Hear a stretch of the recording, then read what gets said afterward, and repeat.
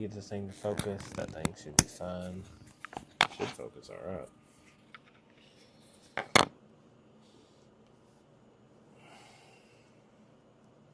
Let's see how crappy this looks. Over here, refresh, and then refresh. Dang it, man. This magnet's too freaking strong.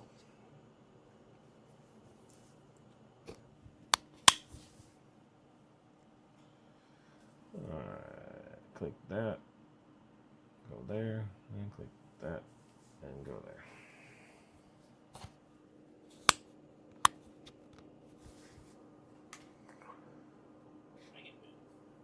So let's figure out how to mute this audio.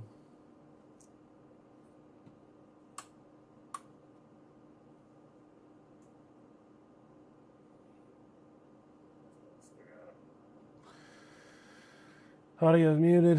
How does this look? I can't see my own live right here. Let's see how this goes.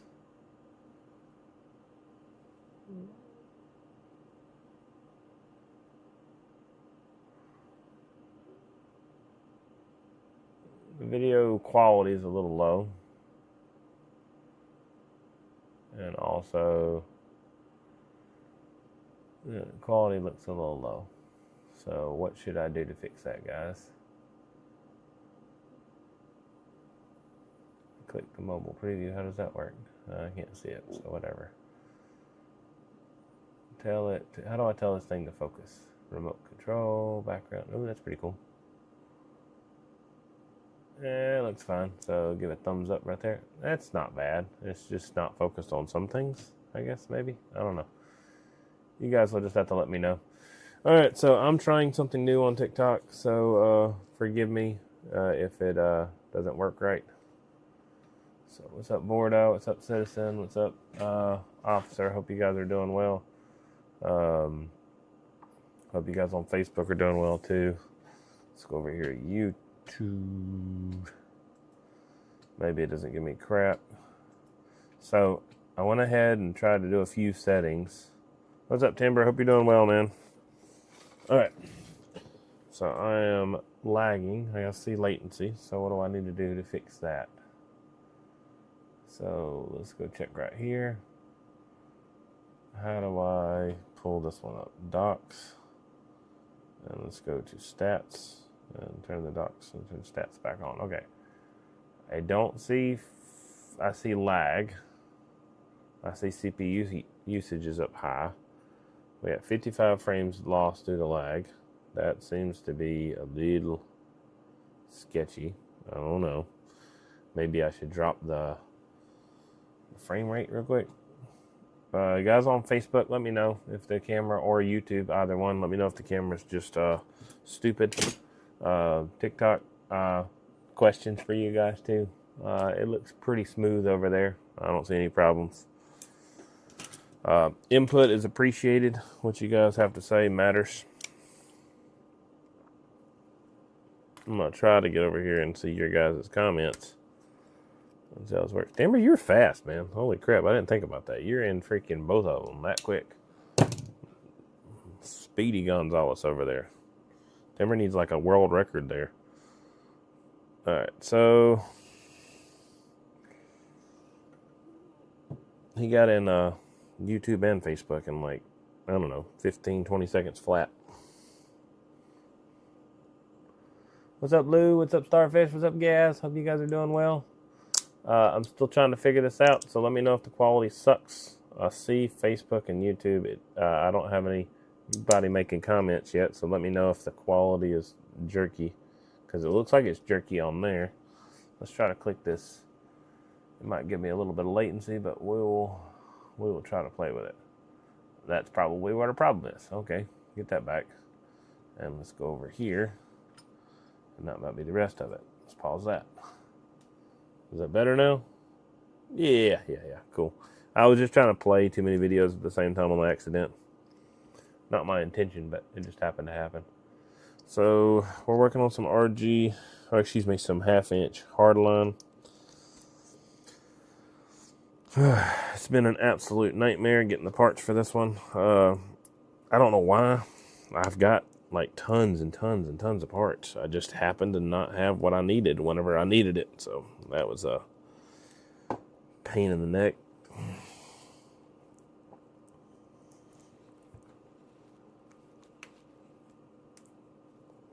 So now I've got to grab some parts out of my bin, either over here or over there.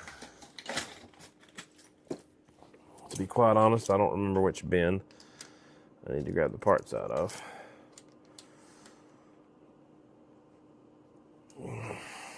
Alright, I gotta hold this.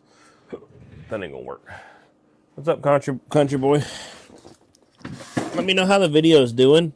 Tell me if it's choppy or anything, or if it's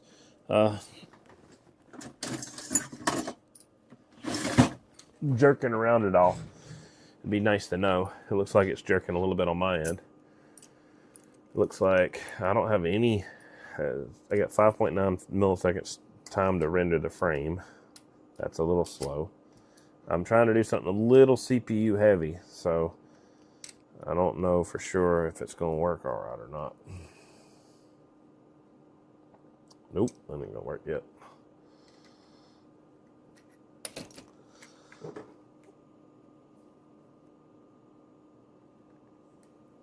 Reconnecting. So what did it lose? Reconnection successful. So it looks like something happened to my Streamlabs, or excuse me, my OBS. So TikTok's running just fine so far. No problems whatsoever. I need to kind of turn the camera back. How do I move that? Uh-oh. It might have just froze up on that one too. Oh, wrong way. What is that? Oh, that's the wrong camera. We're on the other camera with that one? Oh, okay. So look, I can bump that around. Ta-da! Let you guys see me work on this thing. Sorry, I'm trying to figure this out. I apologize. So, I don't know what to do about this other thing. So, let's swap you around. Let's go that way. Wrong way. Other way.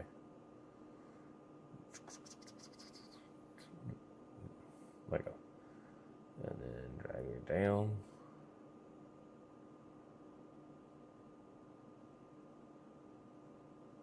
That should be good. Now, let's see how much CPU usage. It says we got 5% of CPU usage over there. It says 32% over there. So, I don't know what I believe about that. I don't know if I'm running out of RAM. I got a 1.65% of RAM being used. Over here, it says 1500 meg. We're good there. Well, drop framework network. Okay, so my network framework is dropping. So what else should I do to fix this? I've got that paused. I got that paused. I got this I can't do nothing about. Okay. All right, so we're done with this. This is fine. I've got to do another end over here. So let's get to work. I'm still not figuring out. I'll have to, I found my Ethernet cable. So I'll have to do something with that. Oh, maybe I can drop my my video frame rate. Let me do this. So I don't want to do none of that. It's a bad idea. Let's deal with that after. Give me just a second. I gotta move this up and then drag this up right there. Go to sources over here. Right click that source. I'm gonna edit the properties on this thing. We're gonna go down to custom and let's do 1280 by 720. Let's try that. Okay. Jack that camera up, of course. Properties. Let's just go back to device default. Okay.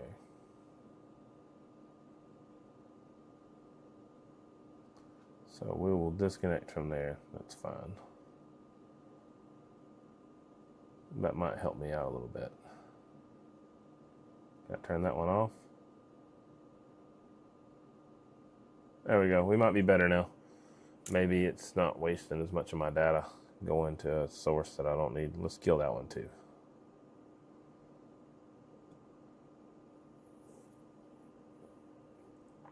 All right, we might be better now, guys. I might have figured it out. I don't know. So we're losing 2.2% of our frames, 138 frames out of 6,000 frames due to network loss, which is really frustrating because I have a 2 gigabyte network, so it's kind of ridiculous.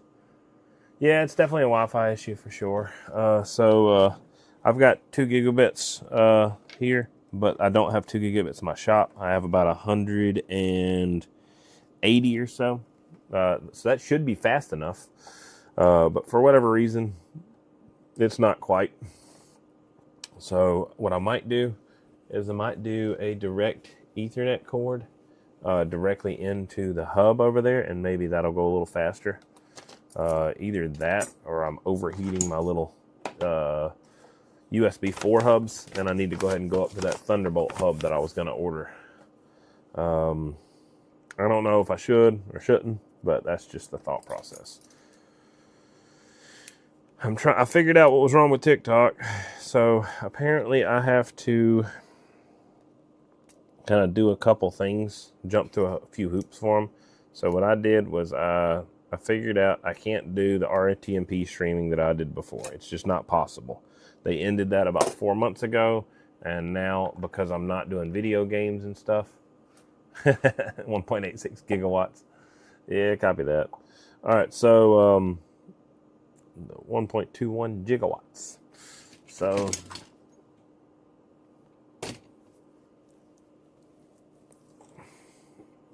but I can't do the other type of streaming. I figured it out. I've got to, unless I'm doing video games for you guys, at least 50% of the time, I cannot use the other type of live. So it just is what it is. It's just some rules and restrictions I got to follow. I didn't know that I wasn't following them, and that's why it kept kicking me off my lives, because I was not playing video games enough, which is kind of funny to explain. Like, why did you not get to go live? What was going on? I didn't play enough video games. It's kind of funny to say, but yeah, that was the reason. I finally figured it out. The funny thing is, all it took was just a little bit of research, and I figured it out shortly afterward. So that was kind of weird. All right, so I've got enough view on you guys on TikTok, so let me go over here. Maybe I'll fix my speed up a little bit. All right, I see all this. I see everything the same. I see how many people's in here. Where does it show that? It shows it up there. We're good. All right, we're going to close that all together and see if that speeds up our network a little bit. So we'll try that one more time. So I have, hey, no problem. Appreciate you, Charlie. Thanks for hanging out, man, for the little bit of time that you did. I know I'm not doing a whole lot of nothing right now. I'm not trying to do nothing, but sometimes this stuff, when it's messing up, you don't really know what to do. So I'm kind of in a pickle here. So definitely cool. I don't mind that. Let's turn the chat back on, and let's drag the chat over that way. Yeah, let's do that. Okay, so let's move that over there. Let's try to close Facebook altogether. All right, cool. I can see comments. I can see things. I'm going to look and see if this frame rate picks up. So I closed out 2 of my little... I usually try to monitor the comments for you guys so I can talk back. 100 likes already? Thank you, man. Appreciate it. I appreciate you guys liking the video already. It's appreciated. Hey, Timber, I need a little bit more clarification on what you was asking for. Is it just send me another message, or I'll try to respond to yours. I read it, but I don't quite get it. I mean, it seems like it's gift box kind of thing, or is it like certain items kind of thing? I know you said mystery kind of thing, so I'm kind of, I don't know, just kind of confused exactly what you need or exactly what you want to try to do. So I don't know what the best choice would be, so I will try to get a little bit more in your head on what you're thinking, and I'll see what I can do for you. Alrighty then. So now I've got this cut back over here. So we're gonna go ahead and cut into this. But yeah, thanks for hanging out, Charlie. I appreciate you, man. Hope you have a good day at work today. It's kind of, I'm doing the, what do you call it? Have a great day at work, honey. No, really, I don't wish a bad day on nobody. Hope everybody does well today and tonight. I think he's night shift from what he just explained there. Unless I've got somebody, I don't know if he's stalling. No, that should be like, he's night shift. The only thing that makes sense. So, TikTok has a limit on characters. So, what do you mean by that? Yeah, of course. You can't do all that typing on TikTok. It won't let you type a long comment. It'll let you only do like 100 at a time or something. I forgot.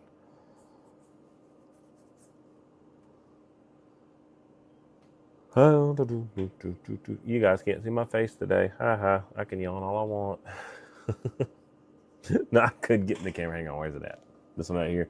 But even if where do I need to go to get in that one? But you guys can't see me on what is that, Facebook or YouTube?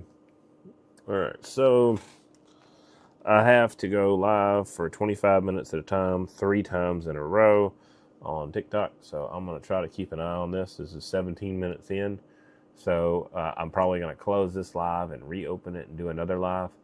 And then I've got 48 hours. And then I will be able to use the same camera instead of using 2 cameras. And I should hopefully be able to get my other camera loaded up where you guys can see the face cam on TikTok.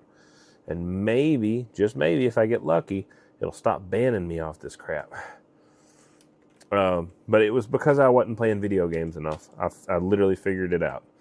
It's kind of crazy to talk about, but the only RTMP streaming they allow now is video game RTMP streaming. At least 50% of your videos have to be video games.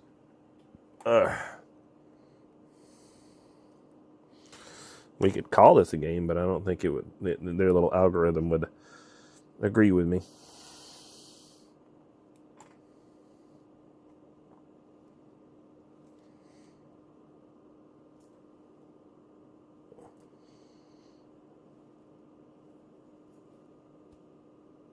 I'm building this flange out real quick for this connector.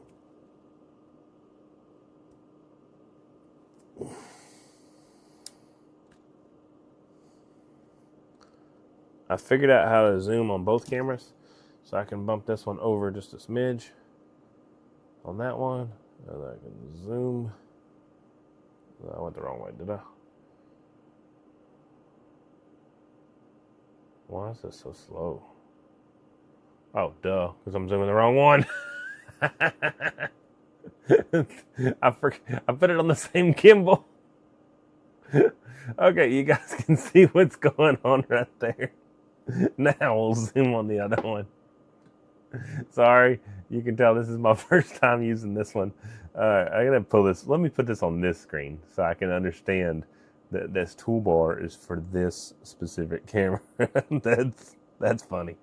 Okay, zoom. Okay, let's pull this over here so I can see what's going on. Let's move that direction somewhat. There we go. Nope, too far. Don't want to be grabbing my beard in a photo. There you go. Should be good. All right, so now I can work and you guys can see the flange that I built on both of these. I don't have the right focus on TikTok, so I'll try that. Did that work? Nope. Down there. There we go. It's focused. I don't know if it'll stay that way or not, but we're gonna try this. So it's been a minute since I've been able to zoom exactly this good into a connector. So I'll try to keep that quality up for you guys. Right now, TikTok has the better camera. I've got what we nicknamed Rover on the Facebook camera right now. I could modify the white balance and stuff like that, but I don't really know how to do that quickly. All I have is a little toolbar to play with. So yeah, I don't know. Alright. What's up? 1084 walkie-talkie in the mini grass, man. Hope you're doing well, Shane. Thank you, thank you. I didn't even listen to see what was going on today.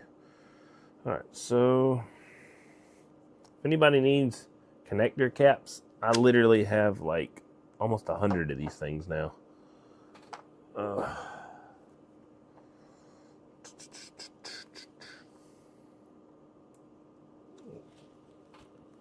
I got 2 boxes full of them, let's say it that way.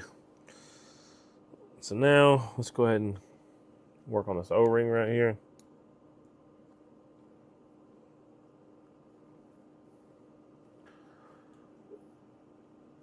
Alright, cool. So maybe my new TikToks won't get banned as much. We'll see what happens. If it still pops up that little weird restriction, I went ahead and popped it on there where it says I have sponsored content, which I don't even know if that's how it works or not. I'm just doing that, so hopefully TikTok will leave me alone. It's my own product, so I'm not nobody else is sponsoring me. But I think it's the only way that TikTok will stop bugging me for selling off my own website. So maybe, just maybe, if I'm lucky, this new idea will work. I know nobody likes seeing sponsored on videos. I specifically go away from videos that say sponsored. And I don't care if you buy something from me or not. So please don't think that I'm trying to force you guys to.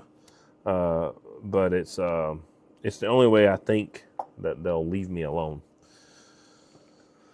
So this will screw into this connector over here. So female there on this side. And I just showed y'all male. And that's how it connects and then it goes together. So this is all done, finished, and complete. I'm thinking about doing something a little bit extra. I don't know if I should. Actually, I know I shouldn't. It shouldn't be the thing. So I need to check. Let me do something real quick. This is not the ideal thing. I'm just checking something real quick. I just need to make sure if this is a requirement. So let me do this. Where did I put it though? So I gotta grab some parts. They are probably sitting right here in front of me somewhere. I just don't know where exactly. Probably right on the other side of that D-Win's RF supply slug holder over there. So what's up, Manny? Hope you're doing well. I'm gonna zoom out real quick so you guys can kind of see what's going on over there on TikTok. Now I gotta do for Facebook, guys. Out. Boom, boom, boom, boom. Hey, that works so daggone well. I love this thing. It's not perfect by any means, but all right.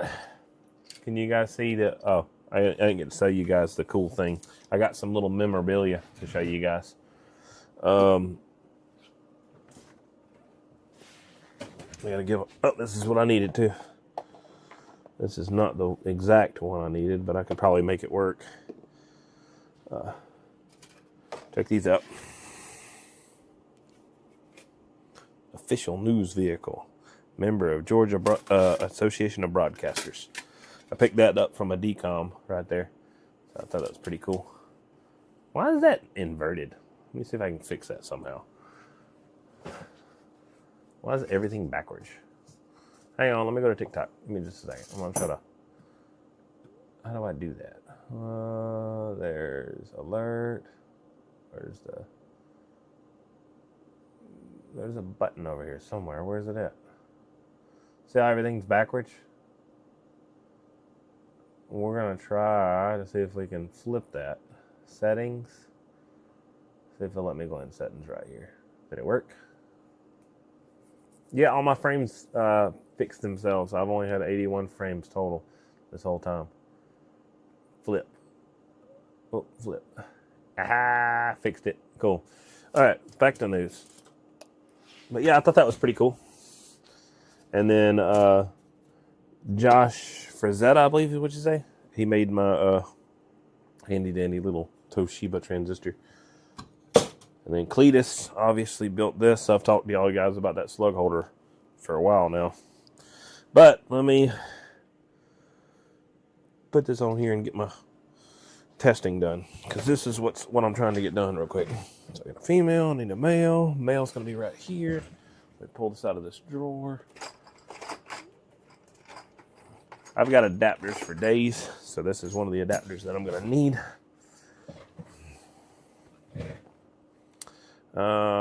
This is slightly backwards, but it's not the end of the world, because this one, I got one right here.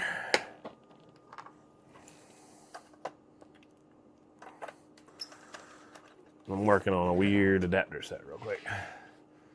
So what I'm doing is I'm testing a split feed.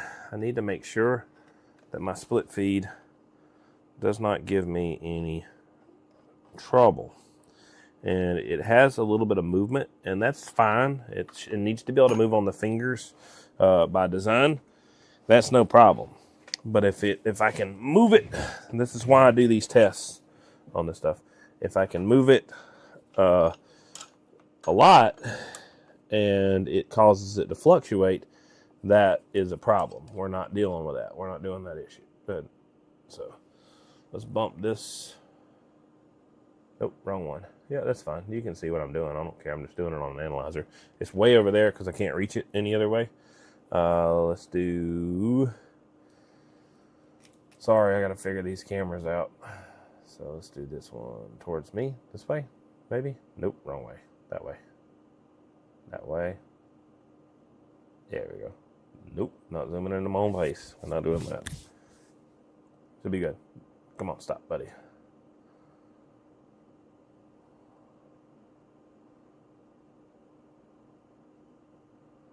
I need to get like a little, what do you call it, a little scroll wheel so I can do all this stuff.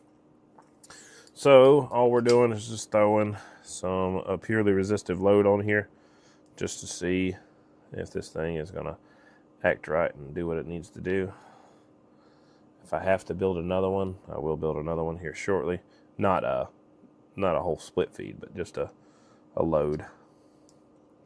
Yeah, that's not what I need. It works, but I need to go ahead and grab another one. I've got one sitting right here, but I'm not about to dig when it takes about 10 seconds to make. So I'm just going to make a new one. And you guys will just see it as it happens.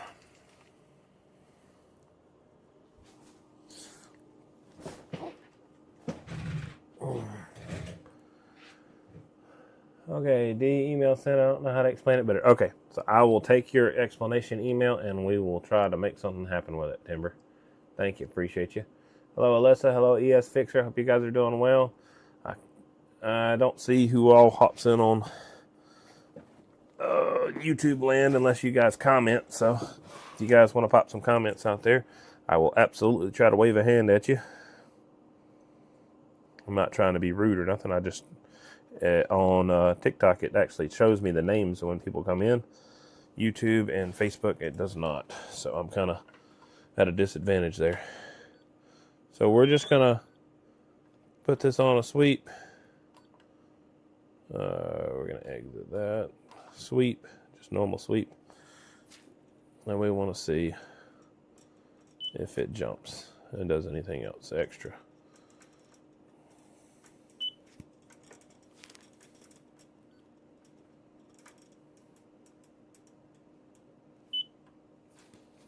Alright, works just fine the whole time. Let's tighten it up. Make sure.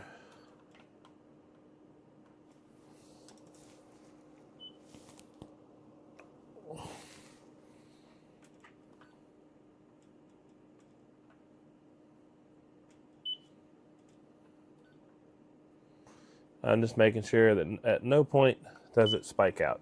And it does not. We are good to go. I shouldn't have a problem.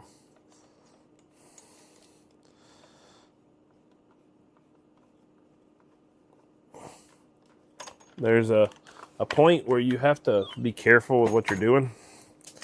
So what I'm looking at right here is this bolt right here is moving independent, in unison with the center, with the nut. So that's the goal, with the terminal and the nut all in one piece. I'm at a spot where you guys can't see on Facebook.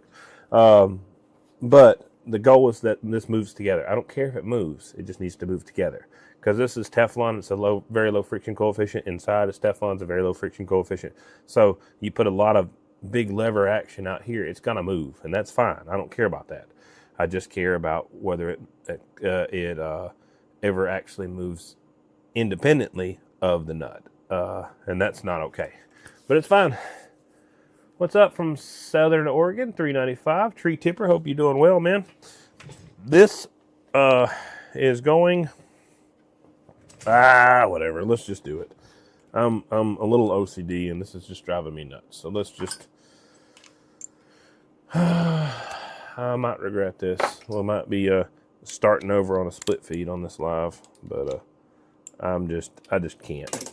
It's not that it matters. I'm just going to try to go a little bit more aggressive with my tightening of it.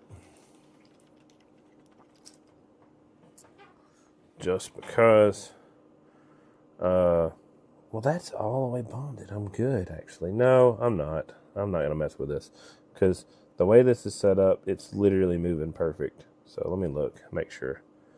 Wiggle, wiggle, wiggle, wiggle, wiggle, wiggle. Perfectly fine. Let's look at my little split. I've got a cheater tool. You see what I made right here? I cut a DIN connector in half. So now I can visualize how this connector connects all together.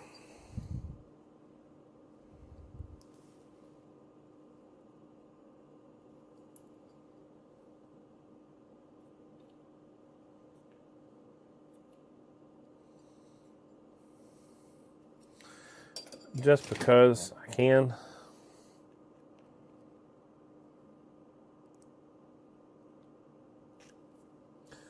I'm going to grab all the fingers inside there and tighten them up just a smidge bit more. Not that I have to, but I'm gonna.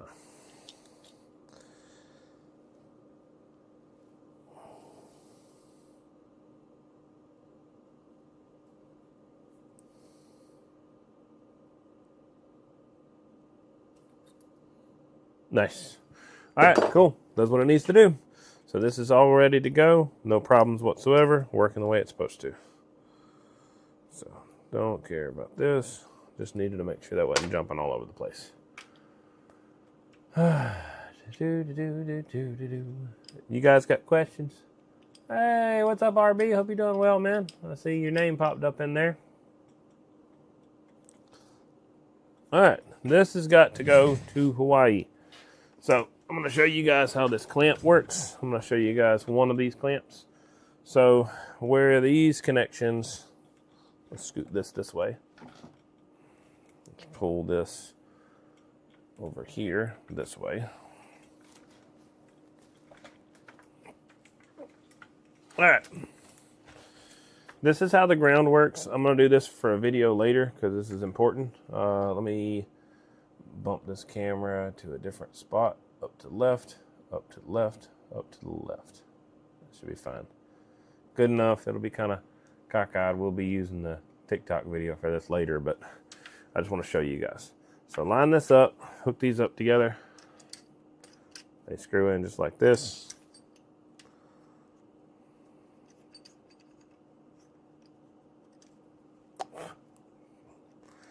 And a stupid little gnat.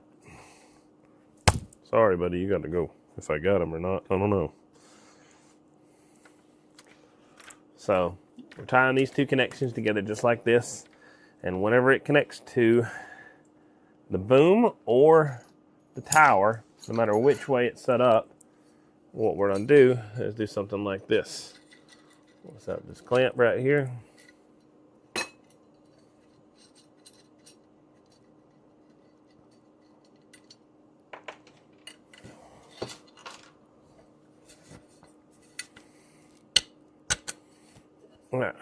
It'll line up like this, and then we'll have a clamp that goes on over just like this.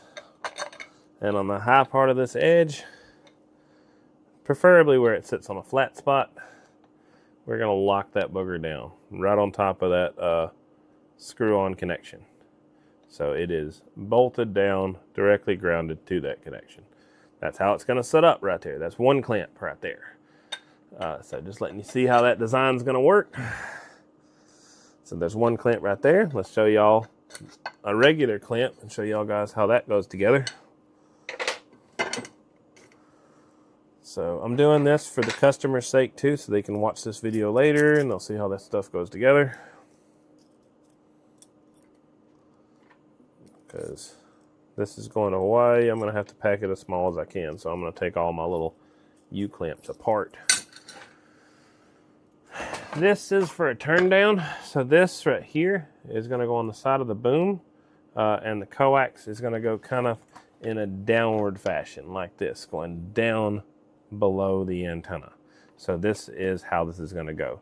It can be right after this connection right here. It doesn't really matter, but this is how it's going to set up. I'll show you how the clamps look. Let me put that over there. Let's grab two clamps real quick. Clamps are going to get set up, say, right back here, and then from there you throw one on the back side and have one on the front side, and then they lock in place, and that's how that sets up. So that one's going to be going down, like say the boom is going this direction, it's going to be going straight down, and that kind of explains that concept. So this is the only one that's oddball.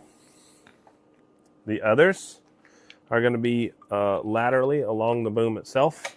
So the long portion of the boom, consider the boom going this direction and that direction.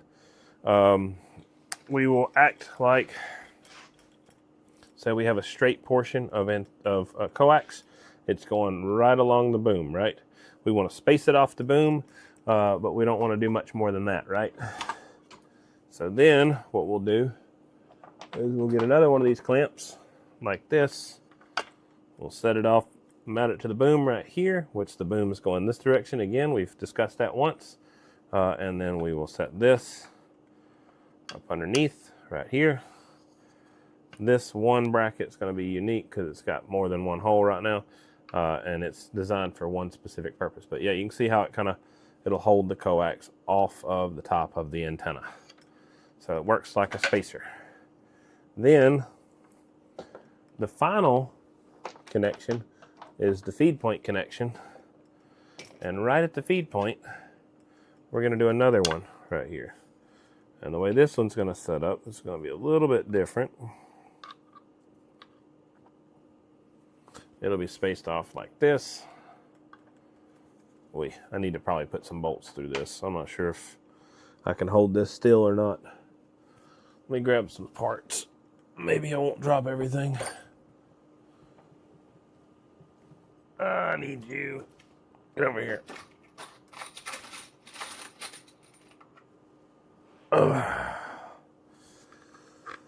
This is not exactly how this works because there will be another clamp on the exterior of this, but I'm just going to kind of show you guys the concept. So it's going to set up just like that.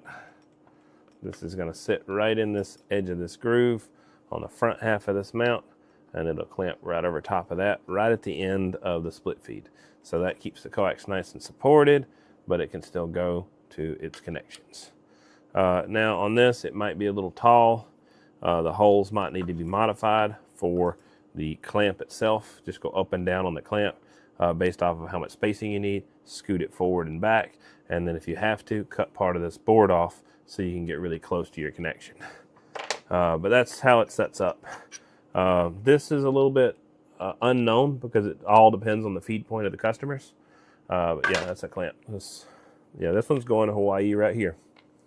What's up, Rudy? Hope you're doing well, man. Thank you guys for hanging out. I hope you guys are enjoying the video. I'm going to put some of these clamps together. I'm going to kind of do everything but put them on the bracket, just simply because it's easy enough for me to do so, and it makes sense for this application. Coax I'm done with. I just wanted to show you how all this stuff worked as far as the clamps go. I'm going to disconnect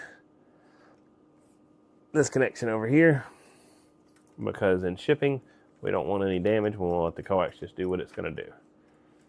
So Video quality is not quite so good on Facebook today, Rudy. We will be back to our regular quality hopefully soon. I'm trying out some stuff to get the temperamental TikTok to work again. It just decides what it wants to do on its own. So, all right, let's see if I got enough clamps to make this happen. I've got one clamp right here. I've got two clamps right here. It covers that one. I got my metal clamp, which I just showed y'all earlier. Let's grab some more parts. This, and this drawer, and then this drawer. So this is all the hardware I need to make this happen. So this order is complete. This customer got that wiring harness that you saw right there. He also got some more components. He owns this digital bird meter setup right here. I've actually got to do something for him real quick, which is not super complicated. This is one of his jumpers right here, velocity factor cut. This is another velocity factor cut jumper of his. And these are two inverted velocity factor jumpers of his. And this right here is his sample line for his bird setup. So he can hook to his bird line section. And then his, I think he already has his own line section. I have to go back and look at my tickets. These two are his, the DIN connectors to go on his line section. He also got a high voltage connector, 25 kV. Then it is disconnectable. It's good for up to 30 amps, up to, excuse me, not 25 kV, 25 kV wire, 10 kV connector. The connector is tested up to 15,000 volts, but it's good for up to, it's operational up to 10,000. Designed for that operation too. And yeah, that is pretty much everything they got. I'm going to swap their meter around over here because I did test their analog meter because I try to test everything before it leaves my shop. And it read out of spec, and that is not okay. So we're not doing that. So 1, 2 bracket, 3 bracket, 4 bracket, 5 bracket, and 6 bracket. So they're going all the way down their boom and turning down towards the end. So that's set up right there for them. They got all their brackets, the clamps I'm putting together right now.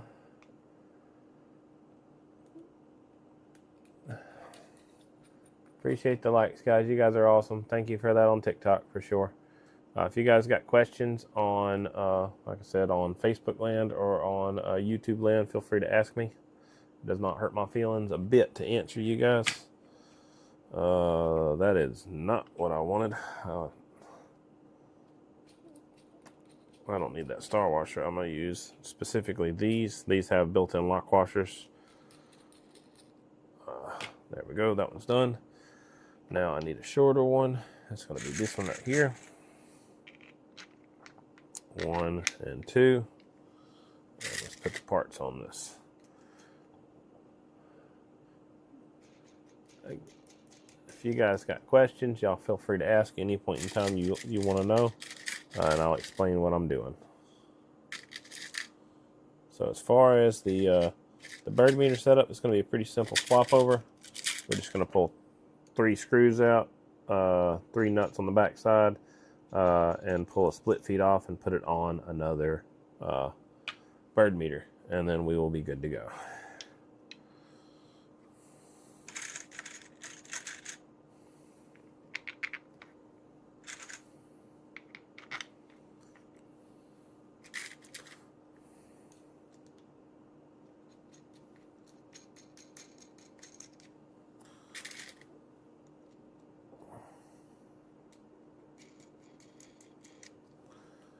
Alright, now we're just, like I said, just finishing this off. I've got 1 clamp right here, 2 clamp, 3 clamp, 4 clamp. So 1, 2, 3, 4, 5, 6. I'll need 6 clamps total. I have 1, 2, 3, 4, 5, 6 clamps total. So I am good all together. I just got to put them all together and be done with it. I like this view over here on TikTok. It's not too bad. Facebook, a little crooked and a little bit lower quality, but it ain't too bad. I will get my stuff back soon enough. All right, so I am overachieving on my TikTok, so I need to kill the live and restart it, because I've got to do it 3 25-minute lives in order to get my cameras fixed, and I don't want to go all the way into next week without my cameras being at least under review. It takes me 48 hours for it to review it. So Timber is doing awesome, and Henry and whoever else is pushing the likes out there. I absolutely appreciate you guys. But if you don't mind, please hop back in on the next live and hang out. If you don't get the chance, I do appreciate you and thank you very, very much. It is not disrespecting you guys that I gotta restart the live. I just gotta meet this threshold for future videos, because otherwise I'll be all the way into next week and I still won't have my cameras fixed. So I'm gonna kill it. I'll be right back. Thank you guys very much. I know you guys put in all that work for all them likes, so I do appreciate y'all. I'll be right back. You guys just feel free to hop in here and check out the live. But just search D-Wins RF Supply if you can't find me. So we're doing that. So did we meet our threshold there? We got all this stuff done. Let's see what it says. Limited theme, we got all that stuff. I don't care about making no money. Nobody cares about that. It's fine. Cool, cool, cool. Whatever. I appreciate the analytics. That's fine. So now we're going to go back and go live again. And then maybe it won't give me crap about multiple lives, but I'm going to try it anyway. All right, so cool. We'll see if we can grab them back later. But we got to do another 25-minute live, and then I got to do another 25-minute live. And hopefully I've met their threshold requirements, and then they'll notify me of their decision to let me use a different camera in 48 hours. Which still means next week, but I want to get early next week. I don't want to get... I mean, maybe I can get it done by Friday. I don't know. That would be the hope. Today's what, Tuesday? So we're going to go, we'd go into Tuesday, then we'd have, you know, I should have just leaned that forward. Yeah, let's not do that. Let's just pull this forward. Rather than pull the top cover off, I don't need to do that. I'm going to do this right here. So this is an analog meter for reflect and a digital meter for output. The digital meter will read 1x, 2x, and 4x. So it also reads average and reads peak. So it'll be a pretty cool meter setup to go with.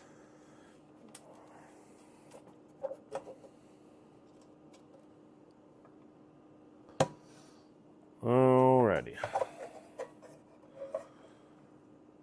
Now,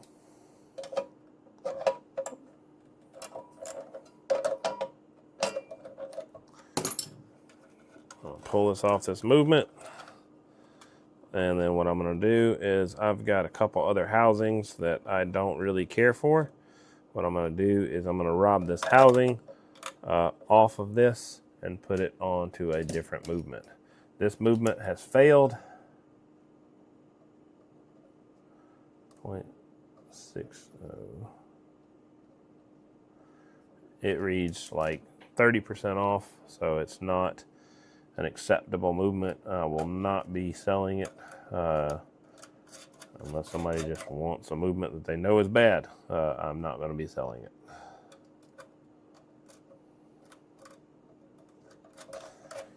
Very rarely happens with Bird, but I'm not about to sell it, regardless of how rare it is.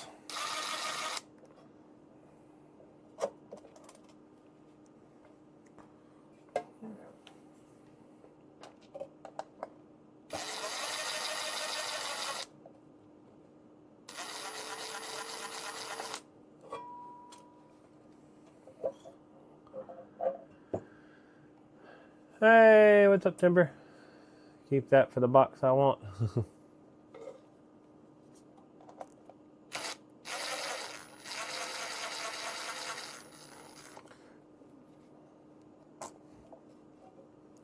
Yeah, I won't be selling it, so it will be here for a while.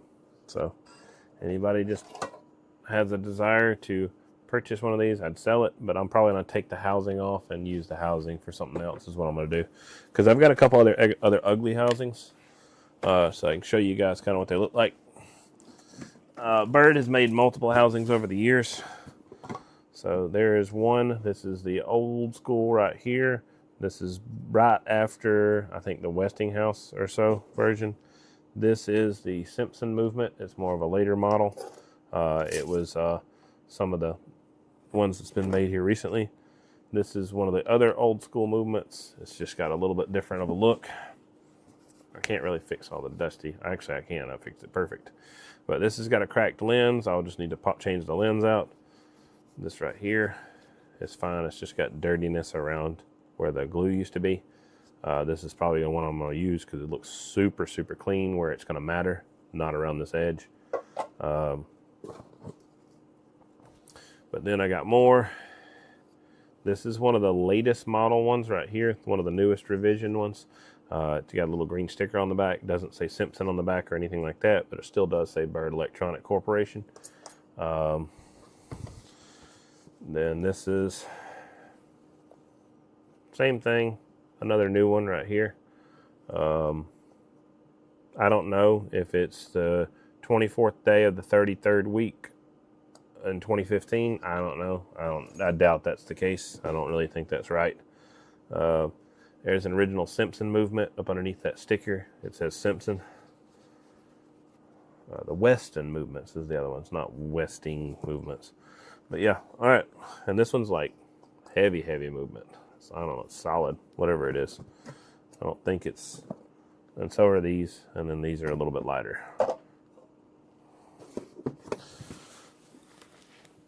All of them read pretty good. Haven't had no real problems with any of them. But let me steal some parts off of this one right here because I need these washers right here. What's up, Mud Duck 22? Waving a hand, man. Hope you're doing well. Brian, hope you're doing well. Domingo, hope you're doing well. Dominigo? I don't know. Bob Ross, what's up? Enjoyed your paintings, bro. No, I'm just kidding. I'm sure he has changed a lot of lives over the years. So I'm missing a screw real quick, so I'm going to go ahead and put that screw in from this accessory piece. So yeah, let's just go ahead and handle that because that's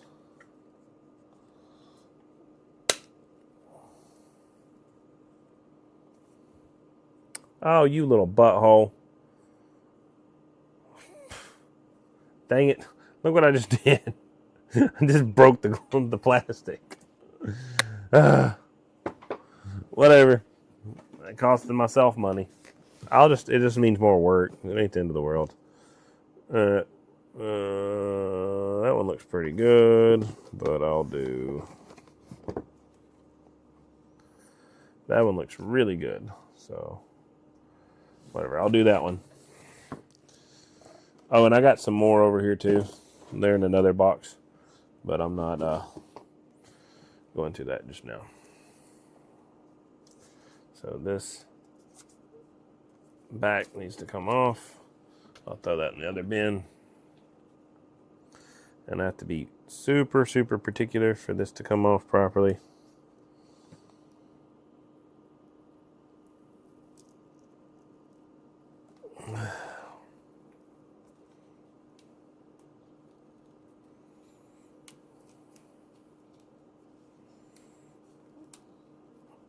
And then because of the glue that's left on this, on the back side, it's nice and clean.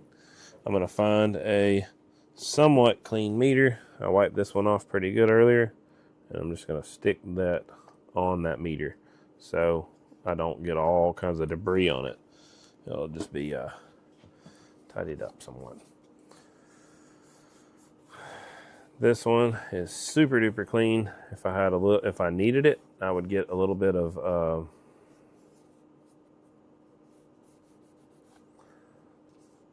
what do you call it? Adhesive remover, and pull the rest of this adhesive off, but it literally makes no difference because it's going to be hidden all behind this panel. I can about scrape it off with my finger, but it's fine. I am not concerned at all about that. That looks nice and clean. It's in good shape. All right, back to work. So you guys got to see what happens when you push too hard on the front bezel. I cracked the daggum plastic. I don't know how I did that. I'll have to measure that and see if for some reason they put a movement in the wrong housing, because those housings are slightly different, and maybe that's why the screws weren't lined up. And as I tried to force that in there, it cracked that front plastic. I don't know. I'm kind of curious at this point, but now is not the time to get curious. I got work to get accomplished. No problem. Appreciate you. Appreciate you, my duck, man. It is. Thanks for hanging out. Hope you're doing well, man. All right, so let's slide this up this way.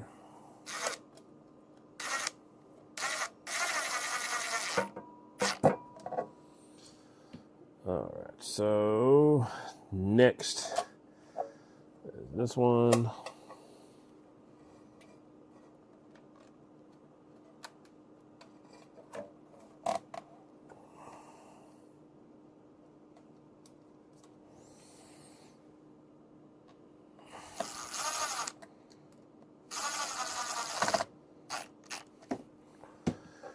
Okay, this has already got all the hardware that we need, so I think, no, I'm not going to do it. I'm going to go ahead and throw the hardware on here. Rather than lose some hardware, I'm just going to throw some on the back of a random bird meter. It doesn't really matter which one, I just need some extra hardware sitting there. Because rather than have it go missing, we're going to place it on there. Because you could throw it in the bottom of the box, but then you start losing parts. Well, if you look closely on these meters, the way they're set up, the positive is to the right. On the digital meters, the positive is going to be to the left. That's if you're looking at it from the top down. If you're looking at it from the back, so the hot would be on your left. On the old school, and the hot would be on your right on the new digitals. So keep that in mind when you're putting them together. They are not a direct drop-in on the exact same configuration. You'll have to flip the wires around backwards. So be careful, because you'd be fussing at me telling me I didn't set your stuff up right, and all you did was hook up to the wrong leads. Now it does obviously have a blatantly obvious plus and minus. So learn to trust that stuff and use it. Hello, 401. Hope you're doing well, man. Faded Belize, Faded Bells. Where you out of, 401? Thank you very much for all your likes, guys. You guys are awesome. I appreciate y'all. So I've got to do, like I said, 1, 2, 3 lives at 25 minutes apiece, and then I will be able to go live on this new platform. I've got a 48-hour approval process, and I'll be able to use my little face camera thing. I think it'll be nicer because right now I gave you guys on TikTok the better camera quality, and the guys on Facebook and YouTube, I'm jipping them a little bit. What's going on there? There we go. It's just a little tight. That's all it is. So now, in order to get this to line up, I have to screw in the bottom right here and have this pull in and drag this back connector forward. It should be fine. Once you tighten these up, it should line up pretty good.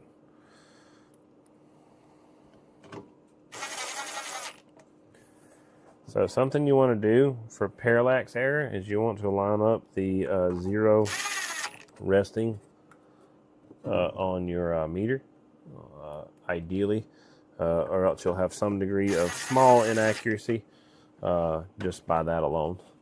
So get yourself a handy dandy little flathead, doesn't matter what type, just as long as it's a little flat. Rhode Island, cool, nice to know. I just talked to a fellow in Rhode Island. All right, so if I lay this flat, I'm going to get my eyeballs down there where I'm actually looking directly onto it, and it's extremely close to dead on. I go the other way. There we go. If you look at it right here, it looks like it's just a smidge high, but that's just simply because the angle. It's parallax error. All right, so moving on to the next one. This one's all finished up. I've got to figure out a lot of packing for this customer. Again, this is all his. That coax that I showed you guys earlier is his. The rest of his stuff is going to be this right here, this right here, and all of that right there. So a little bit to kind of play with. So I'm going to put it all in a pile over here and make sure I've got everything, and then try to figure out how I want to pack it all. I think I'm going to do 2 separate boxes is what I'm going to do. I think is the best decision. I don't know for sure if that's how I'm going to do it, but I think that's what I'm going to do, because it just might not make sense for anything else, especially going to Hawaii. You got to be smart when you're shipping stuff that far. Now let's go ahead and finish the next order in line. I think is what I'm going to do. You got to see what's, whatever. You can't really, but it is what it is. I need some parts. All right. Where are we at for now? 15 minutes in line. Davin, hope you're doing well, man. Oh no. I don't know what happened to TikTok, but whatever. Sometimes it is what it is. You don't try to figure it out. It broke. It broke.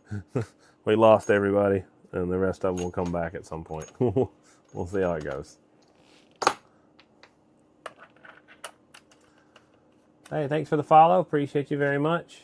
I am, like I said, currently working on some other projects right here. We've got to work on to the next one. And we will be talking to you guys all about it soon. So I need to go. Let's go cancel. Let's go to set up right there.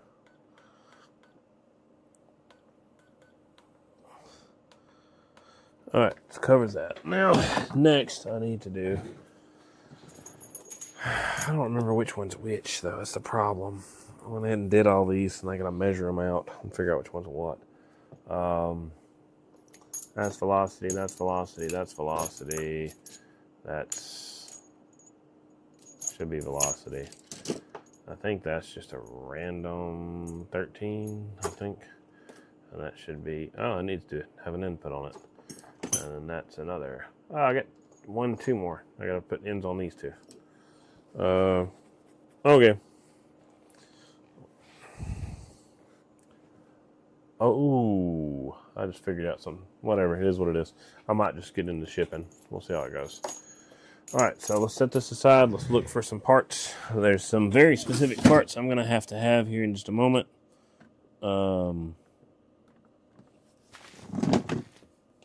Let's do this real quick.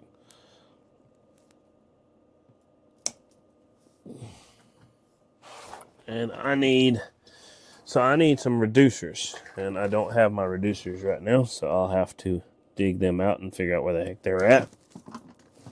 So hopefully they will be close by, and I won't have to dig super far.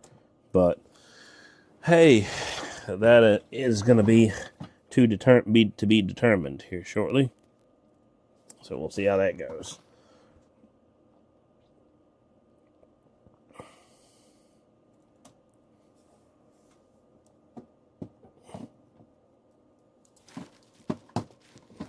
So somebody was headed to work earlier. Is everybody off work right now?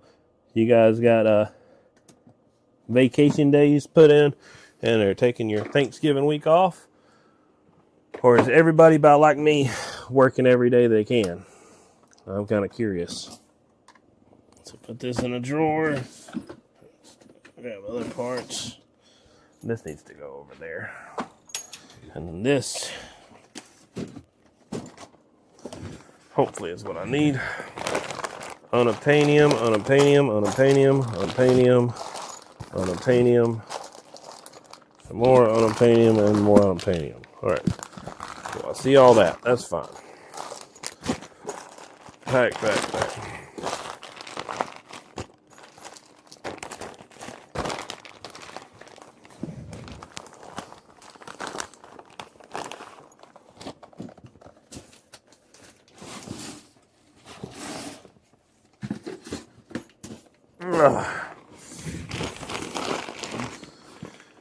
Bunch of Teflon. Or a bunch more Teflon. Whoops. I got a hole cut in that box.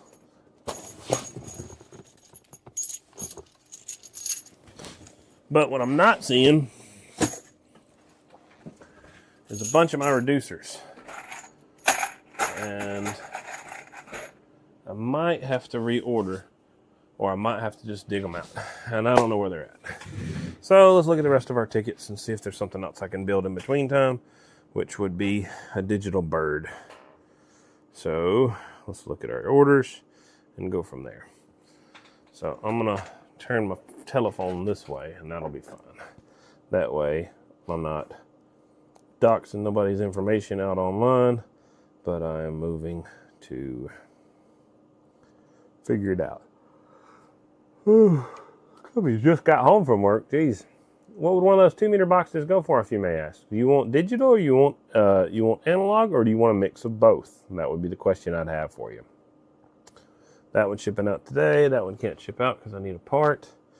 That one can't ship out because I need a part. That one needs to be finished. I need to measure this off. I think this is probably what I need for that job. I don't know for sure. And he's doing connects, so I need that. So I'll go ahead and do that on his. So this one's a double digital, so let's go ahead and grab that one.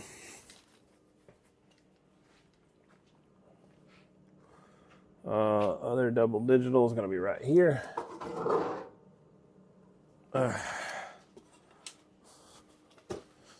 This is the double digital.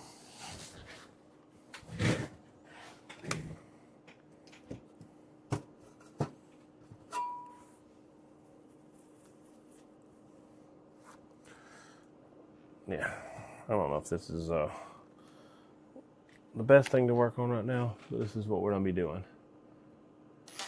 Hey, Tucker Jeremiah, thank you. Dean, appreciate you. Thanks for hanging out, man.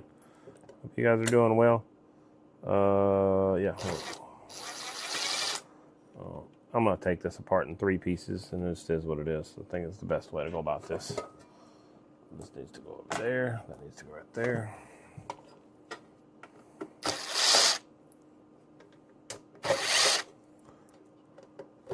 You know, I'm going to do something I can finish even quicker than this, but I will show you guys anyway. This is a double digital meter. I'm going to be setting this up where it runs off of one plug. So I'm going to modify this one slightly. But before I modify this double digital right here, if you were to get digital meters, they're $3.20 a piece, just the movements. The case is $50. You need some sample line to go to your line section. And then if you had a line section, you can use it. If you don't have a line section, you can purchase one. Dual line sections, $3.20. A case is $50. Dual digitals are $3.20 a piece. Dual analogs are $1.60 a piece.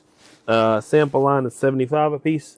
And then if you want to get fancy with it, you can do quick disconnects on the back like I did on that last one. which is the ability to quick disconnect your sample line on and off of the back of the meter. And you can do that for $50 a piece. I think it's $100 more. Total labor to put the whole cabinet together, I think, is around an hour, even though it takes me about 2 hours to do all these. But it is what it is. I will figure out my price later on. But that gives you an idea of what it would cost to do a double digital meter setup. Bird platform's not the cheapest platform to get into, but it is by far the most versatile. I can take a 500 watt element right here and go from 400 to 1000 megahertz. 1000 watt right here and go to 2 to 30 megahertz. I can take this random 10,000 watt element and go 100 to 250 megahertz. I can take, say, what else do I got? I don't know, I got a bunch more. Needless to say, I can go from 2 megahertz to a 1 gigahertz right here if I wanted to. I can go all the way up to 2.2 gigahertz right here. This right here, this 1000 watt slug will read from 10 watts all the way up to 4000 watts peak or average. This 500 will read up to 2000 watts peak or average, all the way down to 5 watts. So there's a lot of cool stuff with this new digital platform. It lets you use a lot more of the slug and a lot more of that range more accurately without having to buy a bunch of extra slugs. All right. Hello. I gotta rotate this around so I don't catch on my pants. So today's project is going to be a meter right up here. So we got the customer's information right here. I'm not worried about that. And I'm gonna go ahead and get them a peak kit installed real quick, because that's all they want. That's all they need to get done. And I'm gonna go ahead and finish that because it's easy enough for me to do. I've got an invoice over here that sorts all my stuff. So I need both of this invoice and this invoice right here. And that one too is fine, whatever, who cares. So I need to look.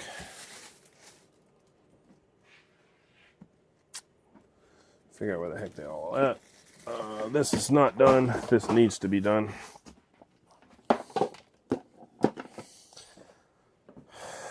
I am so... All right. So this is 006. This is correct. And this is one I could use. 179. This is not correct. I can put that up there. This right here is going to be 001.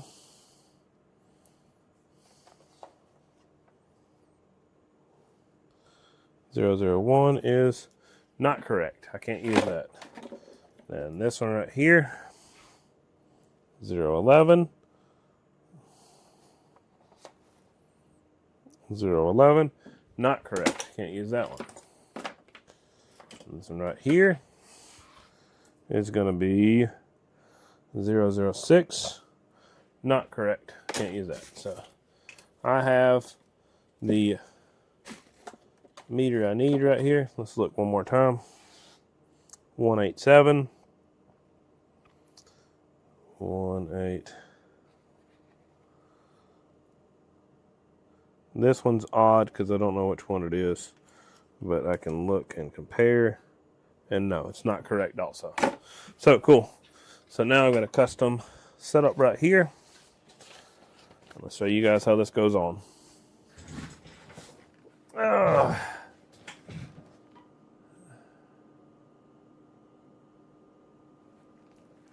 Oh gosh. Uh-oh. What are we talking about? I'm working on my driver's license to get working.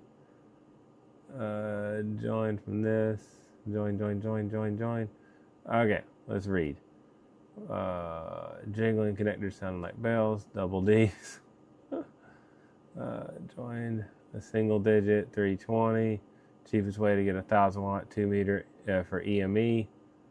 How do I not be a mud duck? Do things within the limit and the laws.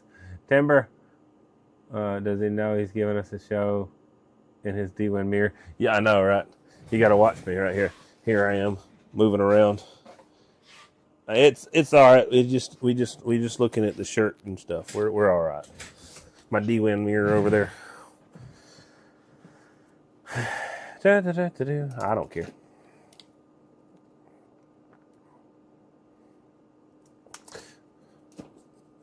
Timber, there is, you will meet outlaws all over, though.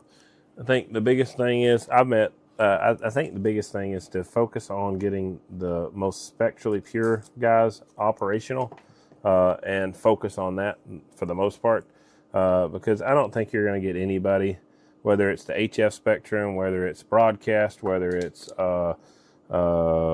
shortwave, whether it's whatever. I don't think you're really going to get everybody compliant, and that's just is what it is. Everybody's going to try to force whatever rule they can, whatever limit they can, while not bothering anybody else, so that they can have their own little operational edge. Me personally, I don't really care for our current set of rules the way it's set up. I think it's literally just an arbitrary set of rules that's set in 1976, and that's for everybody. I know a ton of amateurs who don't listen to it, and I know a ton of CB guys who don't listen to it, and I know a ton of I don't know a ton. Yeah, I know a ton of broadcast guys who don't listen to it.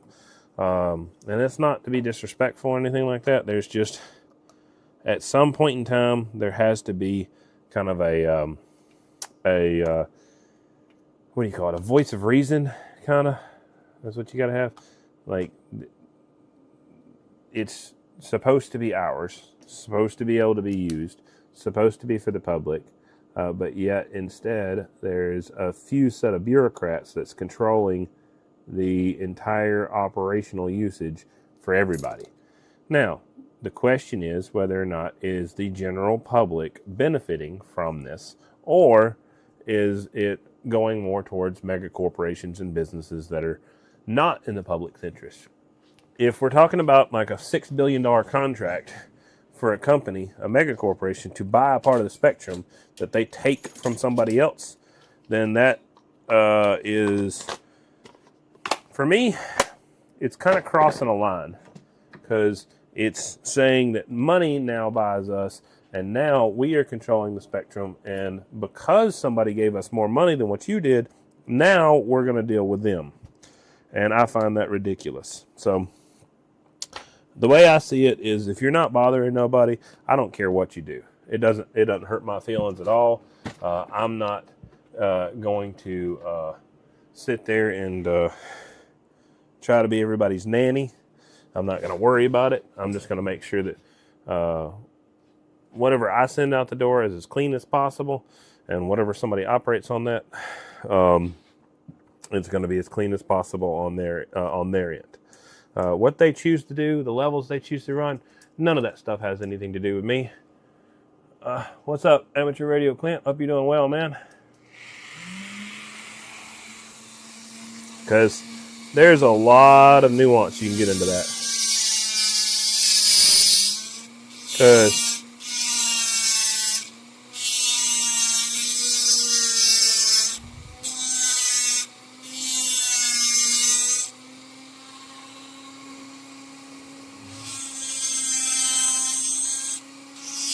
but you'll get some guys,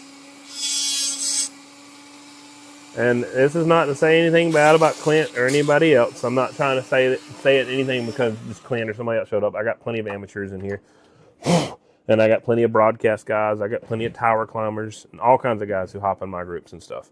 But there are some guys that just want to be the world's police. They want to say, since say these guys who operate on the 11 meter band, right? Their rules have been since 1976 to operate at 4 watts. Like, how ridiculous is a rule like that, and who set that rule? And then here's the question: how long ago has that rule been set? But then we could go the same thing. Who in the world set the 1500 watt limit on amateurs? And why can I pay for a license to operate on a shortwave transmitter or a FM or AM transmitter and operate at a significantly higher power level? What separates me from just a regular amateur? Money. That's one thing. And then, of course, there's, nuance with how you operate and stuff like that. Nobody's going to argue with how to operate. If somebody said you could operate unlimited usage, but you just have to make sure that everything you do is completely spectrally pure, and you can operate on the entire shortwave spectrum, right? What shortwave operator that's trying to do whatever they're programming is not going to be like, oh, heck yeah, I'm absolutely going to take you up on that. So you can go into another situation. What amateur operator, if he says, okay, if you operate as clean as you want, there's no longer a 1500 watt limit. Like, you get some guys that are QRP guys, and that's fine, but there are frequencies for QRP. If you had more and you were able to legally get more, why wouldn't you? I don't get it.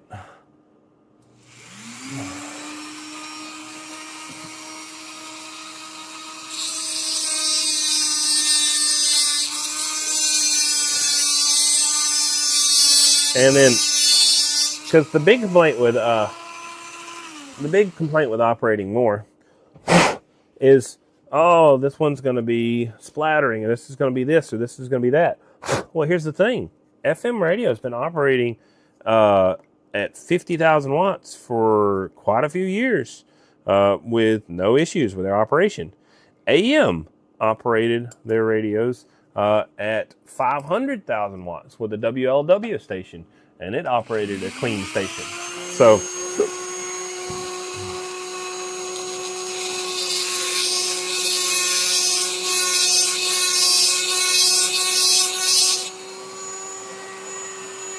I just have for me, it's for what's good for the goose is what's good for the gander. It's kind of crazy to set arbitrary limits on one group of people. Another group of people doesn't have that limit. Like, if you can operate a station where you don't interfere, what does it matter? I don't get it. So, and that's for the shortwave guys. That's for the FM guys. Now, if you're on a limited spectrum, right? So FM radio, right? So there's a limited spectrum, 88 point whatever 7 all the way up to 108 or something like that. Sure, there's a limited spectrum. You gotta kind of handle that. But why in the world are they limited to that very small spectrum? Why can't they be have a little bit more of the spectrum?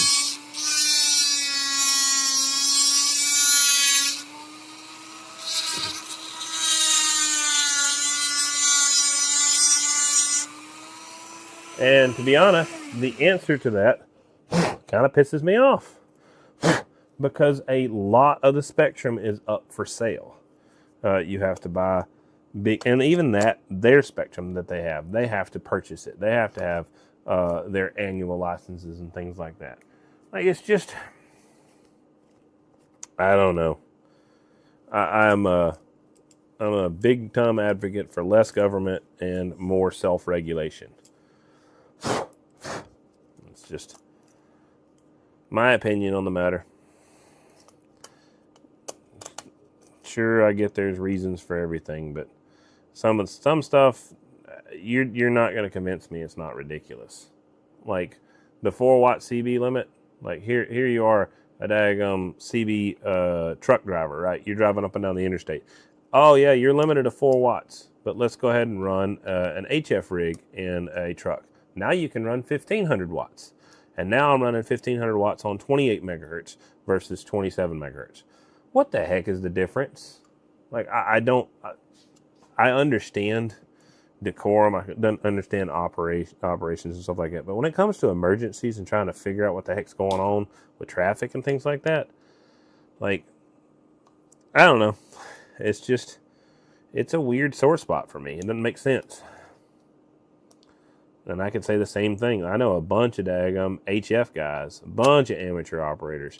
80 meter, dude, You think 80 meters normal. 80 meters is not normal. Even 40 meters not normal.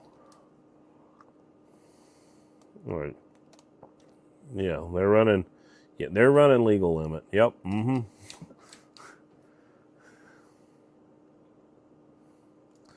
And then you got the pirate radio stations in Netherlands. Like, there's a whole different nuance to those guys too. And then let's just say, okay, we're going to operate the spectrum in a good way as the United States of America, and we're going to do everything right. Okay, here comes the Russian woodpecker.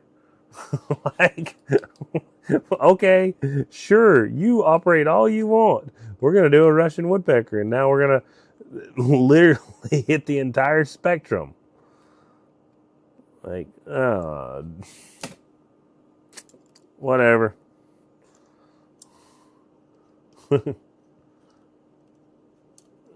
Yeah, they literally try to.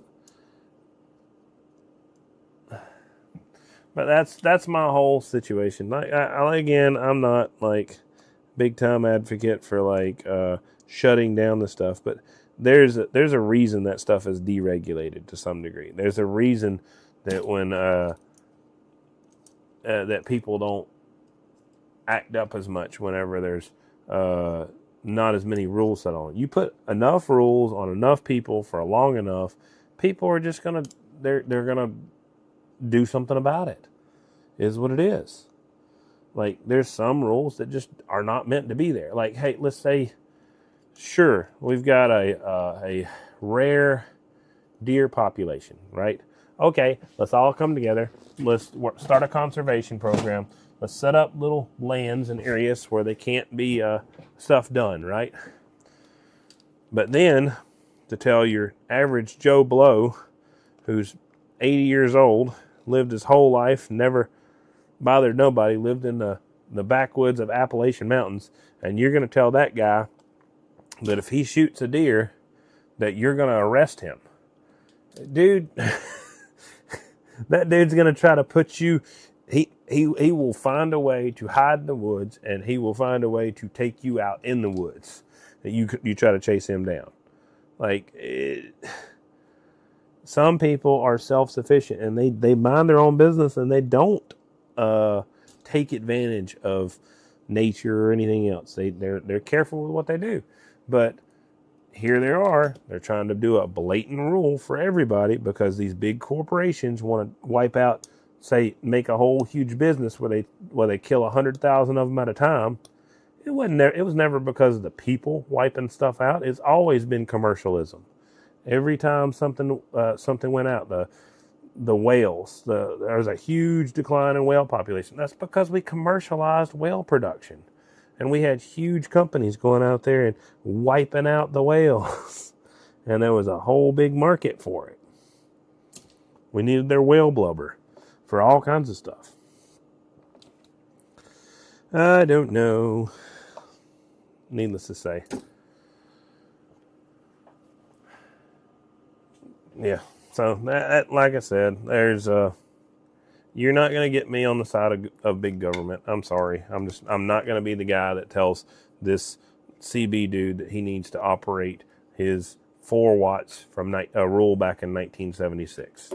I'm not going to tell the HF guy that he needs to operate 1,500 watts and 1,500 watts only, and that has to be 1,500 watts peak, not 1,500 watts average, and it has to be on this mode, this operation. You can operate this much power here. I'm not going to police that. I'm not going to be that person. I will not. Now, if they start enforcing it, sure, let them enforce whatever the heck they want to enforce.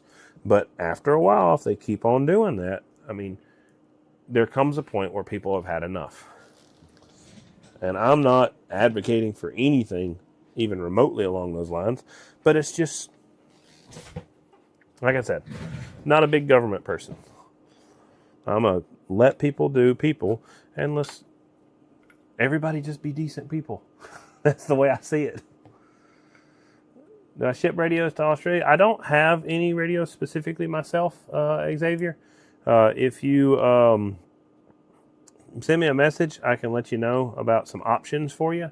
on some things I can do. I've shipped some bird meters and stuff. I'm an RF supply company is what I am.